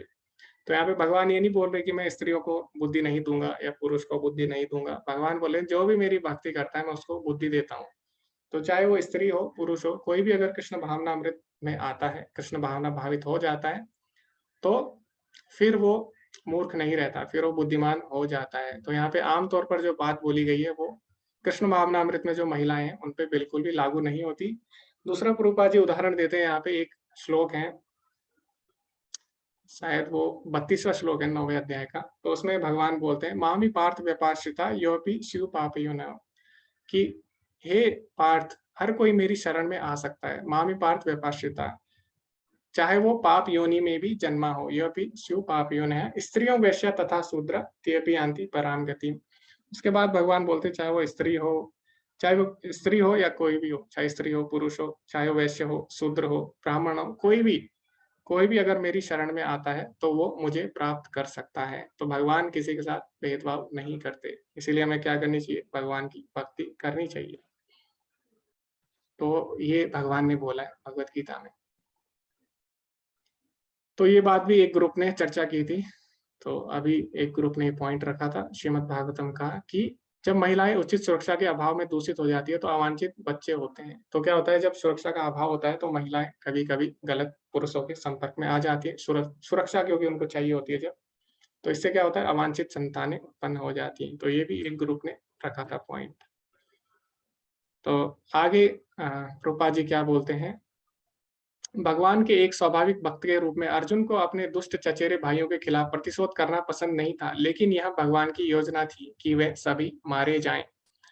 तो भगवान चाहते थे कि वो सभी मारे जाएं। अब भले ही अर्जुन को उसमें आनंद ना आ रहा हो, लेकिन वो अर्जुन के भलाई के लिए ही था। तो दो चीजें होती है, श्रेयस और प्रेयस। प्रेयस मतलब होता है जो हमें चीजें अभी सही लग रही है। तो अर्जुन को अभी लग रहा है कि युद्ध ना करें तो शायद वो सही है। जैसे कि एक बच्चा होता है, वो चॉकलेट खाता है तो अभी उसको मजा आता है, आनंद आता है, लेकिन उसके लिए वो श्रेयस नहीं है। श्रेयस यानी अंत में उसके लिए वो लाभदायक नहीं होता। तो ज्यादा चॉकलेट खाता है तो क्या होता है, उसकी माँ उसको डांटती है और बोलती है कि तुम्हें ये नहीं करना चाहिए क्योंकि ये तुम्हारे लिए सही नहीं है। तो इसी प्रकार अभी अर्जुन जो सोच रहा है, यहाँ पे अर्जुन सोच रहा है अपने प्रेयस के बारे में। अर्जुन को लगता है कि शायद मैं युद्ध ना करूं तो क्या होगा, मेरे लिए सही होगा। लेकिन अभी तो सही लगेगा उसको उस समय के लिए, लेकिन आगे जाके उसके लिए नुकसानदायक होने वाला है। तो जैसे माँ बच्चे को डांटती है और बताती है कि तुम्हारे लिए श्रेयस नहीं है, उसी प्रकार भगवान भी अभी अर्जुन को डांटने वाले आगे जाके। तो भगवान अगर चाहते हैं अर्जुन से युद्ध कराना, तो भगवान उसके श्रेयस के बारे में सोच रहे हैं, और ना सिर्फ उसके श्रेयस के बल्कि पूरे जो भी जन समाज है सबके श्रेयस के बारे में भगवान सोचते हैं।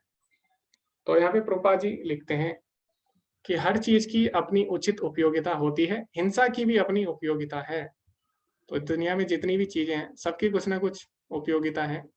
हर चीज को हम अच्छे काम में भी लगा सकते हैं, बुरे काम में भी लगा सकते हैं। जैसे मोबाइल है, तो अभी हम लोग मोबाइल में भगवत गीता के लेक्चर भी सुन रहे हैं, भगवत गीता की हम क्लास भी कर रहे हैं, और बहुत सारे यूट्यूब पे हम वीडियो भी देखते हैं अच्छी जो भक्तों की होती है।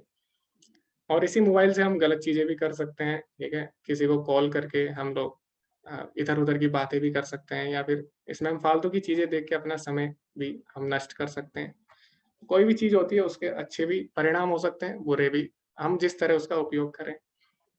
इसी प्रकार हिंसा है, हिंसा की भी अपनी उपयोगिता होती है, उसके अच्छे परिणाम भी हो सकते हैं और बुरे परिणाम, वो निर्भर करता है कि हम किस तरह से उसका प्रयोग कर रहे हैं। तो आगे हम चर्चा करेंगे इन चीजों के बारे में, तो आप सभी लोग इसमें भाग ले सकते हैं और हैंड रेस कर सकते हैं। तो चर्चा हमें किस पे करनी है कि प्रभुपाद जी ने यहाँ पे बोला है कि हिंसा की भी उपयोगिता हो सकती है। तो हमें चर्चा करना है कि कैसे हम हिंसा को जस्टिफाई कर सकते हैं कि हिंसा सही है, और कृष्ण अर्जुन को क्यों बोल रहे हैं हिंसा करने के लिए, क्यों युद्ध के लिए उसको प्रेरित कर रहे हैं। तो कई लोग आपने सुना होगा, बोलते भी हैं कि भगवत गीता तो हिंसा सिखाती है और मारना सिखाती है। तो ऐसा सुना होगा आपने, जबकि ऐसा नहीं है। पर यहाँ पे यही बोला गया है कि इसके बारे में, तो फिर भगवान अर्जुन को क्यों बोल रहे हैं युद्ध करने के लिए, और हिंसा को हम किस तरह से जस्टिफाई कर सकते हैं। तो अभी आप लोग मुझे क्षमा करें क्योंकि मैं सारी पीपीटी ट्रांसलेट नहीं कर पाया, मुझे इतना समय नहीं मिल पाया। तो आगे 2-3 जो पीपीटी हैं, जो स्लाइड्स हैं, उसका इंग्लिश में ही है। तो वैसे तो यहाँ पे सभी लोगों को पता ही है क्योंकि सभी अच्छे डिवोटीज हैं, तो इसके ट्रांसलेट में नहीं कर पाए इसको, तो हम इस पर चर्चा करते हैं अभी। जी हरे कृष्णा नीलम माता जी। हरे हरे कृष्णा प्रभु जी। प्रभु जी, हिंसा इसको हम मतलब पॉजिटिव वे में इसलिए ले सकते हैं कि जब जब धर्म की हानि होती है और जो भगवान के भक्त होते हैं उनका जब विनाश होने लगता है, धर्म का विनाश होने लगता है, तब खुद स्वयं भगवान आकर इसकी रक्षा करते हैं, तो उन्हें हिंसा करनी पड़ती है। तो हम देखते हैं कि अभी भी जैसे देख रहे हैं कि अवांछित पौधे कहा गया है कौरवों को, कि जब पौष्टिकता जो है वो सारी की सारी अवांछित पौधे लेने लगते हैं, तो अवांछित पौधों को हटा देना, समय से हटा देना ही जायज होता है, श्रेयस्कर होता है। तो इसीलिए भगवान यहाँ पर हिंसा को, क्योंकि धर्म का उन्हें फिर से स्थापना करनी है और दुर्जनों का विनाश करना है, इसीलिए उन्होंने, वो अकेले भी कर सकते थे, लेकिन उन्होंने सारे ही दुष्टों को एक जगह इकट्ठा किया कुरुक्षेत्र में, और सारे ही जो अधर्म फैला रहे थे उनको अर्जुन के माध्यम से उसको श्रेय देने के लिए उन्होंने हिंसा की। ऐसे ही हमने देखा कि सतयुग में और भगवान जब राम आए तो उन्होंने भी हिंसा करनी पड़ती है।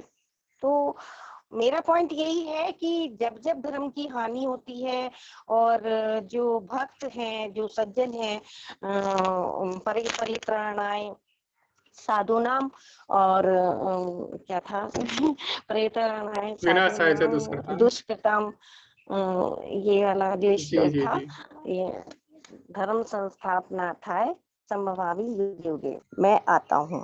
तो मेरा पॉइंट तो यही है प्रभु जी। जी माता जी, धन्यवाद। बहुत ही अच्छी बात आपने रखी कि कभी-कभी जो अवांछित पौधे हैं, जब वो पोषण लेने लग जाए, यानी जब आप पानी डाल रहे हो, खाद डाल रहे हो, लेकिन अवांछित पौधे सारी खाद लेने लग जाए, तो उनको हटाना पड़ता है, ताकि जो हमारी अच्छी फसल है वो हो सके। ठीक है, आपको अपने पॉइंट्स क्लियर रखने हैं सभी को, क्योंकि अभी 10 लोगों ने हैंड रेज़ किया है। तो आपको क्लियर पॉइंट टू पॉइंट बोलना है और आपको कोशिश करिए कि आप जल्दी से जल्दी खत्म करें, ताकि सभी को यहाँ पे अवसर मिल सके अपनी बात रखने का। तो 2 मिनट मैक्सिमम आप प्रयास करिए कि 2 मिनट में सभी अपने पॉइंट्स रखें। जी, हरे कृष्णा पुष्कर प्रभु जी। हरे कृष्णा प्रभु जी। आज जी। के संदर्भ में देखें प्रभु जी, तो अधर्मियों में जब डर खत्म हो जाता है, अगर हम मानव वो कल्याण और मानव अधिकार के जो संगठन होते हैं, वो अधर्मियों का भी पक्ष लेने लग जाते हैं, तो और इस तरह से हिंसा रुकती है, तो उनको सजा नहीं होती है, तो उनमें डर खत्म होने की वजह से पाप बढ़ जाते हैं। इसलिए कहा है धर्म की रक्षा के लिए अहिंसा भी जरूरी है। अभी देखेंगे कि सबसे ज्यादा जो मानव अधिकारों की रक्षा जहाँ जिन देशों में होती है, वहीं ज्यादा पाप होते हैं, जबकि जहाँ हाई कंट्रोल्ड लॉ के हिसाब से छोटे से छोटे चोरी पे भी जहाँ कोड़ों की सजा चौराहे पे दी जाती है, तो अधर्मियों को उसका पता चलता है कि अगर ऐसा गलत काम किया तो मुझे ये सजा मिलेगी, तो पूरी प्रजा में वो संदेश जाता है। उसकी वजह से उन बाकी में डर हो जाता है, तो और वो अहिंसा नहीं कहलाती। वो अधर्मियों को जब सजा दे रहे हैं तो अहिंसा का सहारा नहीं लेना चाहिए, धर्म की रक्षा के लिए वो अहिंसा जायज है, ताकि अधर्मियों में डर हो। जी, जी प्रभु जी, धन्यवाद। हरे कृष्णा। तो प्रभु जी ने बिल्कुल सही पॉइंट रखा। कभी-कभी डर के लिए समाज में, ताकि लोग गलत कार्य ना करें, इसके लिए हमें कभी-कभी ऐसा करना पड़ता है, और उन्होंने उदाहरण भी अच्छे दिए। भगवद गीता में भी बोला गया है, यदि आचरति श्रेष्ठ, कि श्रेष्ठ लोग जैसा करते हैं, बाकी लोग भी वैसे ही करेंगे। अब यहाँ पे अर्जुन अगर ऐसा नहीं करेगा, अगर उनको सजा नहीं देगा, आगे भी कोई क्या करेगा, सजा नहीं देगा अधर्मियों को, जिससे क्या होगा, अधर्मी लोगों का मनोबल बढ़ जाएगा और दुनिया में और ज़्यादा वो लोग पाप करने लग जाएँगे। जी प्रभु जी, आपने भी अच्छा पॉइंट रखा। हरे कृष्णा अलका माता जी। हरे कृष्ण प्रभु जी। जी। मेरा इसमें यही है कि हिंसा, जैसे एक हम वो एग्जाम्पल देखते हैं, वो जगाई मदाई वाला, जिसमें भगवान जो है उनके ऊपर चक्र उठाते, जब वो उनका नित्यानंद जी को मारते हैं, तो वो मतलब वो वहां पे आके वो अपने भक्तों का वो नहीं देख सकते। जब वो देखते हैं कि उनके भक्तों पे आक्रमण हो रहा है या कुछ हो रहा है, धर्म का हानि हो रही है, तो वो फिर स्वयं हिंसा मतलब आ जाते हैं प्रभु उसके लिए। ओके। जी माता जी, बहुत ही अच्छा पॉइंट आपने रखा, और यही पॉइंट हम अभी आगे चर्चा भी करने वाले थे। तो आपने पहले ही इसको बता दिया। आगे एक पूरा हम तात्पर्य पढ़ने वाले हैं प्रभुपाद जी का, उसमें प्रभुपाद जी यही लिखते हैं कि भगवान अपना अपमान सह सकते हैं, और भगवान सह सकते हैं अपना अपमान, लेकिन भगवान कभी भी अपने भक्तों का अपमान नहीं सह सकते। इसी कारण भगवान को हिंसा करनी पड़ती है। तो जैसे कि माता जी ने उदाहरण भी दिया जगाई मताई का, कि भगवान ने जब भगवान ने देखा जब नित्यानंद प्रभु पे जगाई मताई ने प्रहार किया है, तो भगवान से रहा नहीं गया। जी माता जी, काफी अच्छा पॉइंट था। हरे कृष्णा पल्लवी माता जी। जी, हरे कृष्णा प्रभु जी। इसमें तो हमने पीछे भी देखा कि जो 6 प्रकार के आतताई कर्म करते हैं उनको मारना जरूरी है। और दूसरा पॉइंट मेरा ये था कि इन लोगों को अगर हत्या भी कर देते, इनको दंड भी देते, तो इनको जो अगले जन्म में जो उनके पाप कर्म के फल भोगने होते वे उनके कम हो जाते। तो कहीं ना कहीं ये हिंसा भी उनके लिए उनका उद्धार करने जैसा ही है। तो प्रभुपाद जी कह जी रहे कि हाँ जी बोलो। जी जी माता जी, बहुत ही अच्छा पॉइंट माता जी ने बताया। 6 प्रकार के आतताइयों को मारने में कोई भी हिंसा नहीं होती या कोई भी पाप नहीं होता।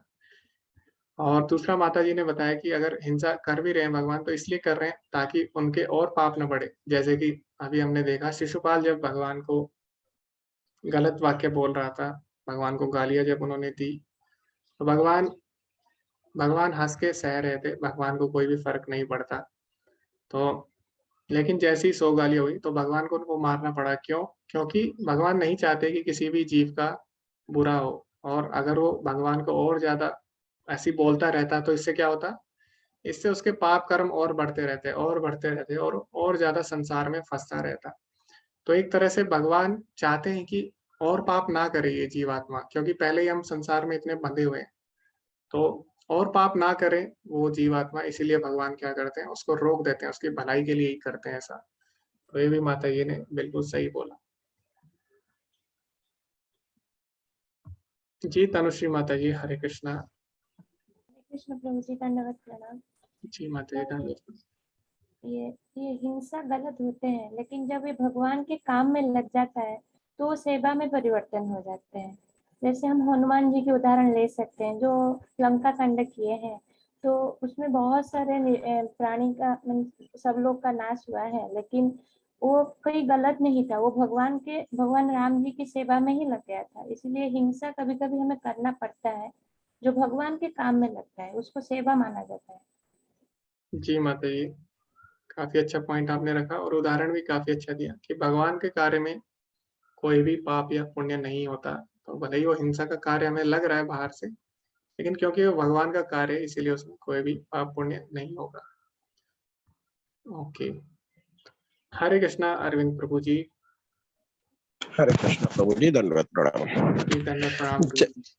जी, जैसे एनडी प्रभु जी भी बताते हैं कि वैदिक समय में जो भी कंफ्यूजन होती थी उसको फटाफट क्लियर करने की कोशिश की जाती थी। जैसे अर्जुन को मोह हुआ तो भगवान के सामने रखा। तो आज के दिन में जो हिंसा, बहुत लोग हिंसा को खराब मान करके हिंसा को दबाने की कोशिश करते, तो उसका परिणाम बुरा होता है। वो शीत युद्ध में परिणत हो जाता है और लोग दूसरे के प्रति ईर्ष्या भाव और बहुत ज्यादा कंटिन्यू होती है। जैसा है कि वेद वाक्य है, अहिंसा परमो धर्म, धर्म हिंसा तथैव च। तो हिंसा तो परम धर्म है, पर धर्म के लिए जो हिंसा किया जाता है वो सपोर्टेड है। कि अगर धर्म की रक्षा करनी है तो अधर्मियों का नाश करना, ये इसमें कोई दोष नहीं और ये करना उचित है। प्रभु हरे कृष्ण। जी प्रभु जी, धन्यवाद। आपने काफ़ी अच्छा कोट भी दिया। और जी, धर्म के लिए अगर हम कोई कार्य कर रहे हैं, जैसे माता जी ने भी अभी बताया था, हनुमान का उदाहरण दिया था उन्होंने, हनुमान जी का। जी प्रभु जी, बिल्कुल सही बात बोली आपने। हरे कृष्णा वर्षा माता जी। हरे कृष्णा प्रभु जी जी यहाँ पे ये बताया गया कि हिंसा अगर न्याय के लिए किया जाए तो उसे हिंसा नहीं मानना चाहिए। और जैसा कि अभी न्याय के लिए जो अगर हिंसा है तो उसकी अनुमति दी जाती है। जैसे अगर न्यायाधीश जो है अगर वो किसी को प्राणदंड देता है तो वो हिंसा नहीं कहलाता, क्योंकि वो जो है वो न्याय के लिए वो करता है। जी माता जी, तो यही बात मैं भी बोलना चाहता था कि ना सिर्फ भगवान के लिए, बल्कि हम आजकल अगर देखें भी, तो जैसे कोई गलत कार्य कर रहा है तो उसको सजा मिलती है। तो इसके लिए जो है जज ना, इसमें जज का दोष कुछ नहीं होता। जज ने क्या किया, जज ने तो जो उसने गलत कार्य किया उसकी सजा दी। तो हम जज को नहीं बोल सकते कि जज के कारण ये सब हुआ है, जज के कारण गलत कार्य हो रहे हैं, जज सबको मार रहे हैं, नहीं। जज ने क्या किया, जो उसने गलत कार्य किए जज ने सजा दे दी। इसी प्रकार भगवान क्या कर रहे हैं, भगवान क्या करते हैं, भगवान को कोई फर्क नहीं पड़ता। भगवान ने ऐसे विधान बनाए कि जिसने गलत कर्म किए हैं उसको गलत फल मिलेगा ही मिलेगा। भगवान ने इस प्रकार ये सारा विधान बनाया है, तो इसमें भगवान का कोई दोष नहीं है। हरे कृष्णा ममता माता जी। हरे कृष्णा प्रभु जी। प्रभु जी इसमें दिया है कि जो अर्जुन युद्ध कर रहे थे वो पूरे ज्ञान के साथ युद्ध कर रहे थे, जिसमें पाप फल की कोई संभावना नहीं थी, इसलिए वो उचित था। और जैसे हमारे शरीर में कोई रोग हो जाता है तो हम उसकी मतलब उसका ऑपरेशन करके शल्य चिकित्सा करके उसके रोग को हटाते, ना कि पूरे शरीर को मतलब उसको मारते नहीं है, इससे हमारा शरीर स्वस्थ बनता है। तो इसी तरह जो है हम जो युद्ध कर रहे हैं वो ज्ञान और धर्म के लिए कर रहे हैं, इसलिए हमारा वो हिंसा नहीं माना जाएगा। और जैसे हम मतलब धर्म के लिए जो प्राण को अर्पित करते हैं ना, उससे हमारे जो शारीरिक पाप हैं वो मुक्त हो जाते हैं और उससे उच्च लोक प्राप्त होते हैं। जी जी माता जी, काफी अच्छा उदाहरण दिया आपने। और कृपा जी भी इस उदाहरण को काफी जगह देते हैं कि जैसे डॉक्टर होता है, डॉक्टर चीरा लगाता है हमारे शरीर पे जब हमें कोई बीमारी होती है, तो इसका मतलब ये नहीं है कि डॉक्टर हिंसा कर रहा है। वहां पे डॉक्टर ने हिंसा क्यों की, ताकि हमारा उद्धार हो सके, हमारा कल्याण हो सके। तो इसी प्रकार यहाँ पे भगवान बोल रहे हैं अगर अर्जुन को हिंसा करने के लिए, तो भगवान तो ये नहीं चाहते भगवान का कल्याण हो, भगवान चाहते कि पूरे संसार का, पूरी सृष्टि का कल्याण हो। यहाँ तक कि उनका भी, जिनके साथ कर रहे हैं हिंसा, उनका भी कल्याण ही होगा, ना सिर्फ पूरी सृष्टि का बल्कि उनका भी कल्याण होगा। तो इसीलिए भगवान ऐसा करते हैं। हरे कृष्णा मनाली माता जी। हरे कृष्णा प्रभु जी। इसमें एक पॉइंट सबसे पहला तो ये है कि वर्णाश्रम धर्म के अनुसार क्षत्रिय वर्ग का ये कर्तव्य है कि वो समस्त इतर वर्ग की रक्षा करे, प्रजा की रक्षा करे। तो प्रजा की रक्षा के लिए यदि वो हिंसा की गई है तो उसे उचित माना गया है। और दूसरा, अपने परपट में प्रभु बाप जी ने एक उदाहरण और दिया है, जैसे 2 उदाहरण तो आ चुके हैं, तीसरा ये दिया है कि यदि एक राजा किसी हत्यारे को फांसी देता है तो उसमें राजा का कोई दोष नहीं है, क्योंकि वो उस हत्यारे को दंडित कर रहा है और इसलिए कर रहा है ताकि वो आगे इस तरह का कृत्य ना कर सके। तो इसलिए ऐसी हिंसा जो है वो उचित है। और दूसरा सबसे महत्वपूर्ण मुझे जो लगता है प्रभु जी, कि भगवान की सेवा करना हमारा परम धर्म है, और यदि भगवान ने उस चीज का आदेश दिया है तो वो कभी भी अनुचित नहीं हो सकता। जी जी माता जी, हरे कृष्णा। तो जो आपने उदाहरण दिया, राजा को कोई फर्क नहीं पड़ता या राजा इसके लिए दोषी नहीं होता, वो हम उसको न्यायाधीश के उदाहरण से हम लोगों ने समझाया। लेकिन काफी आपने अच्छा पॉइंट रखा था कि जैसे अर्जुन अभी क्षत्रिय है, तो क्षत्रिय होने के नाते भी उसका कर्तव्य है कि वो अपने देश की रक्षा करे, अपनी प्रजा की रक्षा करे। तो जैसे अभी भी हम देखते हैं आर्मी वाले जो हैं, अगर दूसरा देश हम पे आक्रमण करता है तो जो हमारी आर्मी है उनको भी क्या करना पड़ेगा, हिंसा करनी पड़ेगी। क्यों करनी पड़ेगी, हमारे देश के कल्याण के लिए, अपनी प्रजा के कल्याण के लिए उनको करना पड़ता है सब। तो हम ये नहीं बोल सकते कि उन्होंने हिंसा की या उन्होंने गलत कार्य किया, ऐसा नहीं होता। बल्कि हम तो उनकी वीर गाथाएं गाते हैं, उनका हम लोग इतना आदर करते हैं, ठीक है। तो इसी प्रकार अर्जुन भी है, अर्जुन भी अगर ये कार्य कर रहा है तो ऐसा नहीं है कि वो गलत कार्य है कोई, क्योंकि वो अपनी प्रजा की रक्षा करना भी उसका कर्तव्य है क्षत्रिय होने के नाते। हरे कृष्णा गौरव प्रभु जी। हरे कृष्ण प्रभु जी। बाकी तो सब पॉइंट कवर हो गए, बट शायद जो परपट में एक पॉइंट और था कि हिंसा जो है वो बॉडी प्लेटफॉर्म पे है, शरीर के बारे में जब हम सोचते हैं, पर आत्मा को तो कभी नहीं मारा जा सकता, तो आत्मा के प्रति कभी हिंसा नहीं होती। ये पॉइंट मुझे लगा मिस हो गया। ये प्रभु जी मुझे लगता है ये दूसरे अध्याय में है शायद जो आपने बोला, मे भी ये जो आपने अभी समझा ये दूसरे अध्याय से चालू होता है आत्मा वाला कॉन्सेप्ट। जी प्रभु, हाँ मैं 2.21 का ही परपट देख रहा था। जी जी, तो ये दूसरे अध्याय में है प्रभु जी। ओके प्रभु। जी, तो अभी जो आत्मा वाले कॉन्सेप्ट है उससे भगवान अभी समझाएंगे। तो अभी हम जो चर्चा कर रहे हैं अभी तक, जो पहले अध्याय का जो प्रभुपाद जी ने पढ़ लिखे हैं उनके आधार पर हम लोग अभी यहाँ पे चर्चा कर रहे हैं। बाकी प्रभु जी ने बिल्कुल सही पॉइंट रखा कि हमको जो है कपड़ों को नहीं बचाना, हमें व्यक्ति को बचाना होता है जब कोई डूब रहा होता है।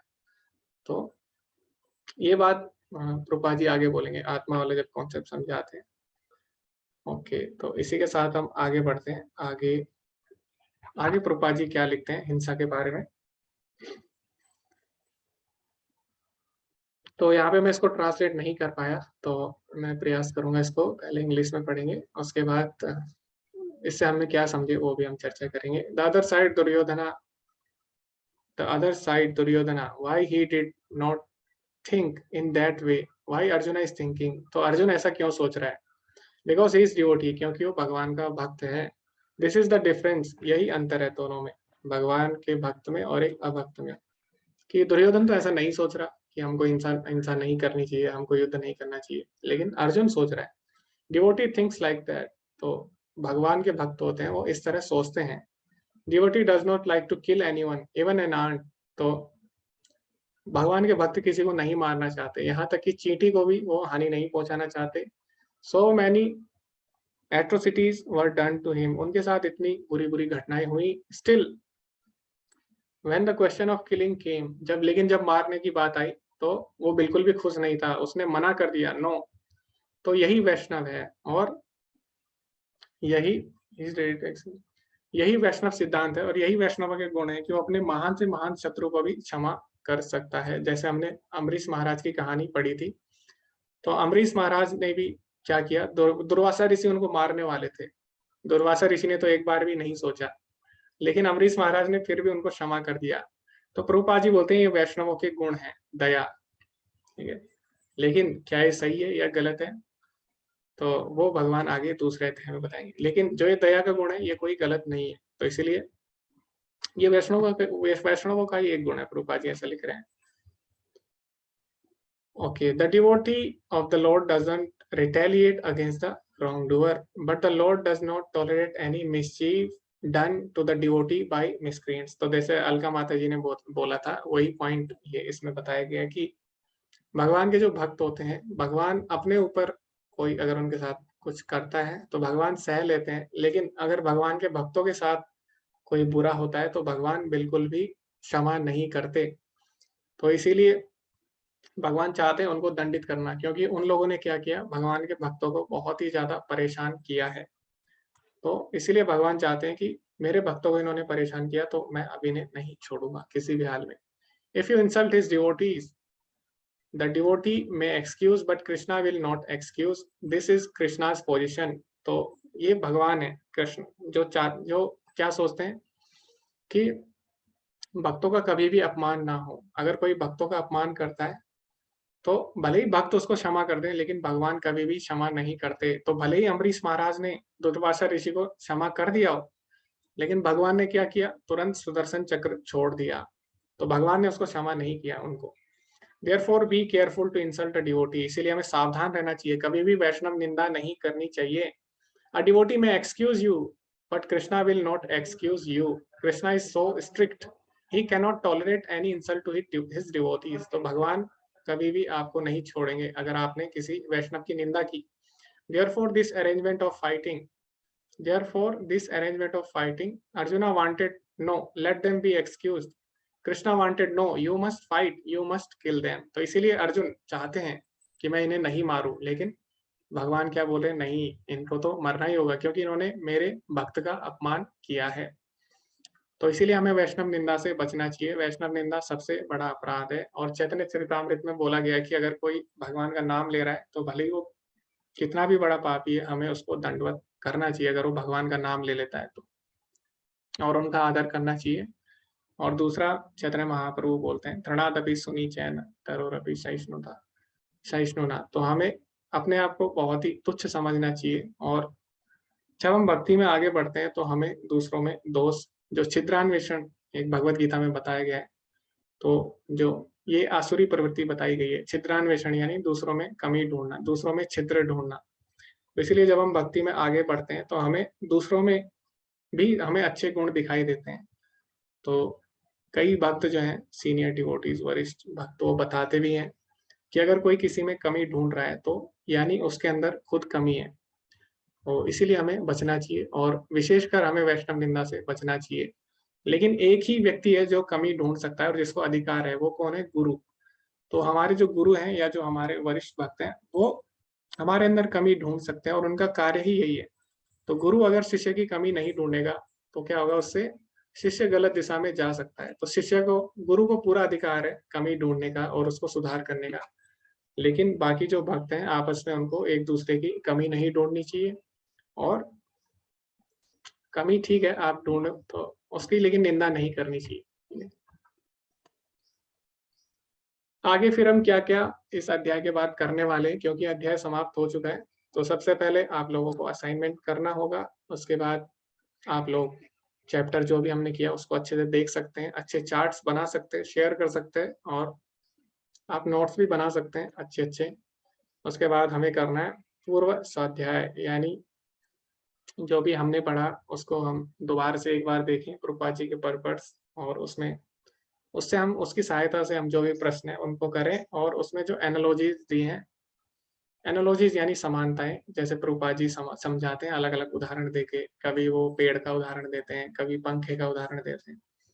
तो इस तरह हम लोग वो भी पढ़ सकते हैं और उनको अपने जीवन में उपयोग ला सकते हैं। तो ये हमें करना है। उसके बाद जो दूसरे तरह के क्वेश्चन होते हैं उसमें क्या होता है, ओपन बुक असेसमेंट होते हैं, यानी आप बुक में पढ़ के उनको हल कर सकते हैं। जैसे आप उनके उत्तर, आप काफी बड़े बड़े उत्तर दे सकते हैं, विस्तार से आप उनको समझा सकते हैं बुक में देख के। तो अभी तक हमने क्या पढ़ा, हमने पढ़ा अर्जुन के युद्ध ना करने के 4 कारण। उसके बाद हमने चर्चा की कि किस तरह परिवार की जो परंपराएं हैं उनका नाश होता है। फिर हमने चर्चा की कि क्यों औरतों को ऐसा बोला गया है कि औरतें अधिक बुद्धिमान नहीं होती, इसके विषय में भी हमने पूरी चर्चा की। और हमने ये भी बताया कि जो हिंसा है उसका यहाँ पे क्या महत्व है, हिंसा को हम किस तरह उपयोग में ला सकते हैं, तो इसके भी हमने चर्चा की। अंत में प्रभुपाद जी बोलते हैं, भगवत गीता भगवान द्वारा बोली जाती है ताकि मानव समाज को दृष्टि के सभी कोणों से पूरी तरह से संगठित किया जा सके, राजनीतिक, सामाजिक, आर्थिक, दार्शनिक और धार्मिक रूप से किसी भी दृष्टि से मानव समाज को कृष्ण भावनामृत आंदोलन द्वारा सुधारा जा सकता है। तो भगवत गीता में हम देखें सारी चीजें दी हैं, चाहे आप आयुर्वेद की बात करें, किस तरह का हमारा खाना होना चाहिए, चाहे आप आसनों की बात करें, अष्टांग योग की बात करें, या चाहे आप डिसिप्लिन की बात करें, जैसे भगवान बोलते हैं युक्त आहार विहारस्य, हमें खाने पीने में, सोने में, सब में हमें नियमित होना चाहिए, डिसिप्लिन होना चाहिए। तो इस तरह भगवत गीता में नीति शास्त्र है, आयुर्वेद है, विज्ञान है, सारी चीजें हैं। राजनीति है, जैसे दुर्योधन से हमने क्या सीखा अभी, राजनीति। तो राजनीति हो गया, कूटनीति हो गया, इस तरह भगवत गीता में सारी चीजें दी हैं ताकि क्यों हम सारी चीजों को भक्ति में उपयोग ला सकें और सारी चीजें हमारी भक्ति में आगे बढ़ने में सहायता कर सकें। तो ये प्रभुपाद जी इसके अंत में बोलते हैं, श्रील प्रभुपाद की जय। हरे कृष्णा। इसी के साथ ये आज का जो सत्र है वो समाप्त होता है। किसी का कोई प्रश्न हो तो आप लोग पूछ सकते हैं, हम लोग उस पर चर्चा कर सकते हैं, या फिर किसी का कोई सुझाव हो या कोई अपना फीडबैक देना चाहते हैं, उनको इससे क्या कुछ नया सीखने को मिला वो भी आप बता सकते हैं। हरे कृष्णा। या कोई इसमें सुधार करना चाहता है कोर्स में, उसके बारे में भी आप सुझाव दे सकते हैं, हैंड रेज कर सकते हैं आप। हरे कृष्णा।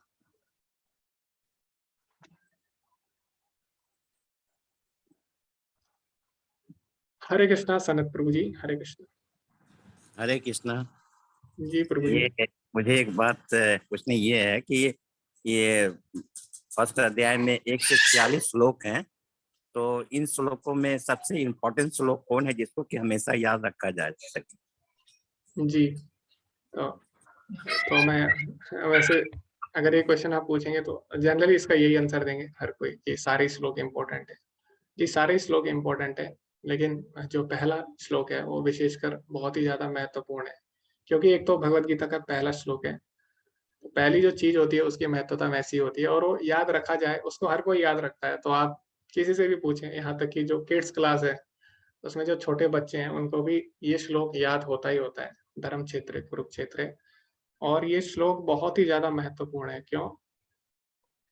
क्योंकि यहाँ पे बताया गया है कि क्या बताया गया है, यहाँ पे कोई बताना चाहता है हमने क्या बताया था पहले श्लोक का सार क्या है? एक तो धर्म क्षेत्र है कि जो कुरुक्षेत्र है वो धर्म भूमि है, और वहां पे जो अधर्म है उसका नाश होने वाला है, अवांछित जो पेड़ पौधे हैं।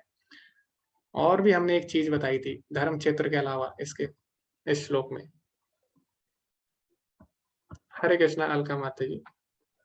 इसमें धृतराष्ट्र की जो मनोदशा है वो पूर्ण रूप से दिखाई देती है कि वो शुरू में ही बोल देता है कि मेरे मतलब कौरवों और पांडु के पुत्रों, मतलब उसने पहले ही उनको अलग मान लिया है, उनको परिवार से अलग ही करके रखा है और वो ये जानना चाहता था कि मेरे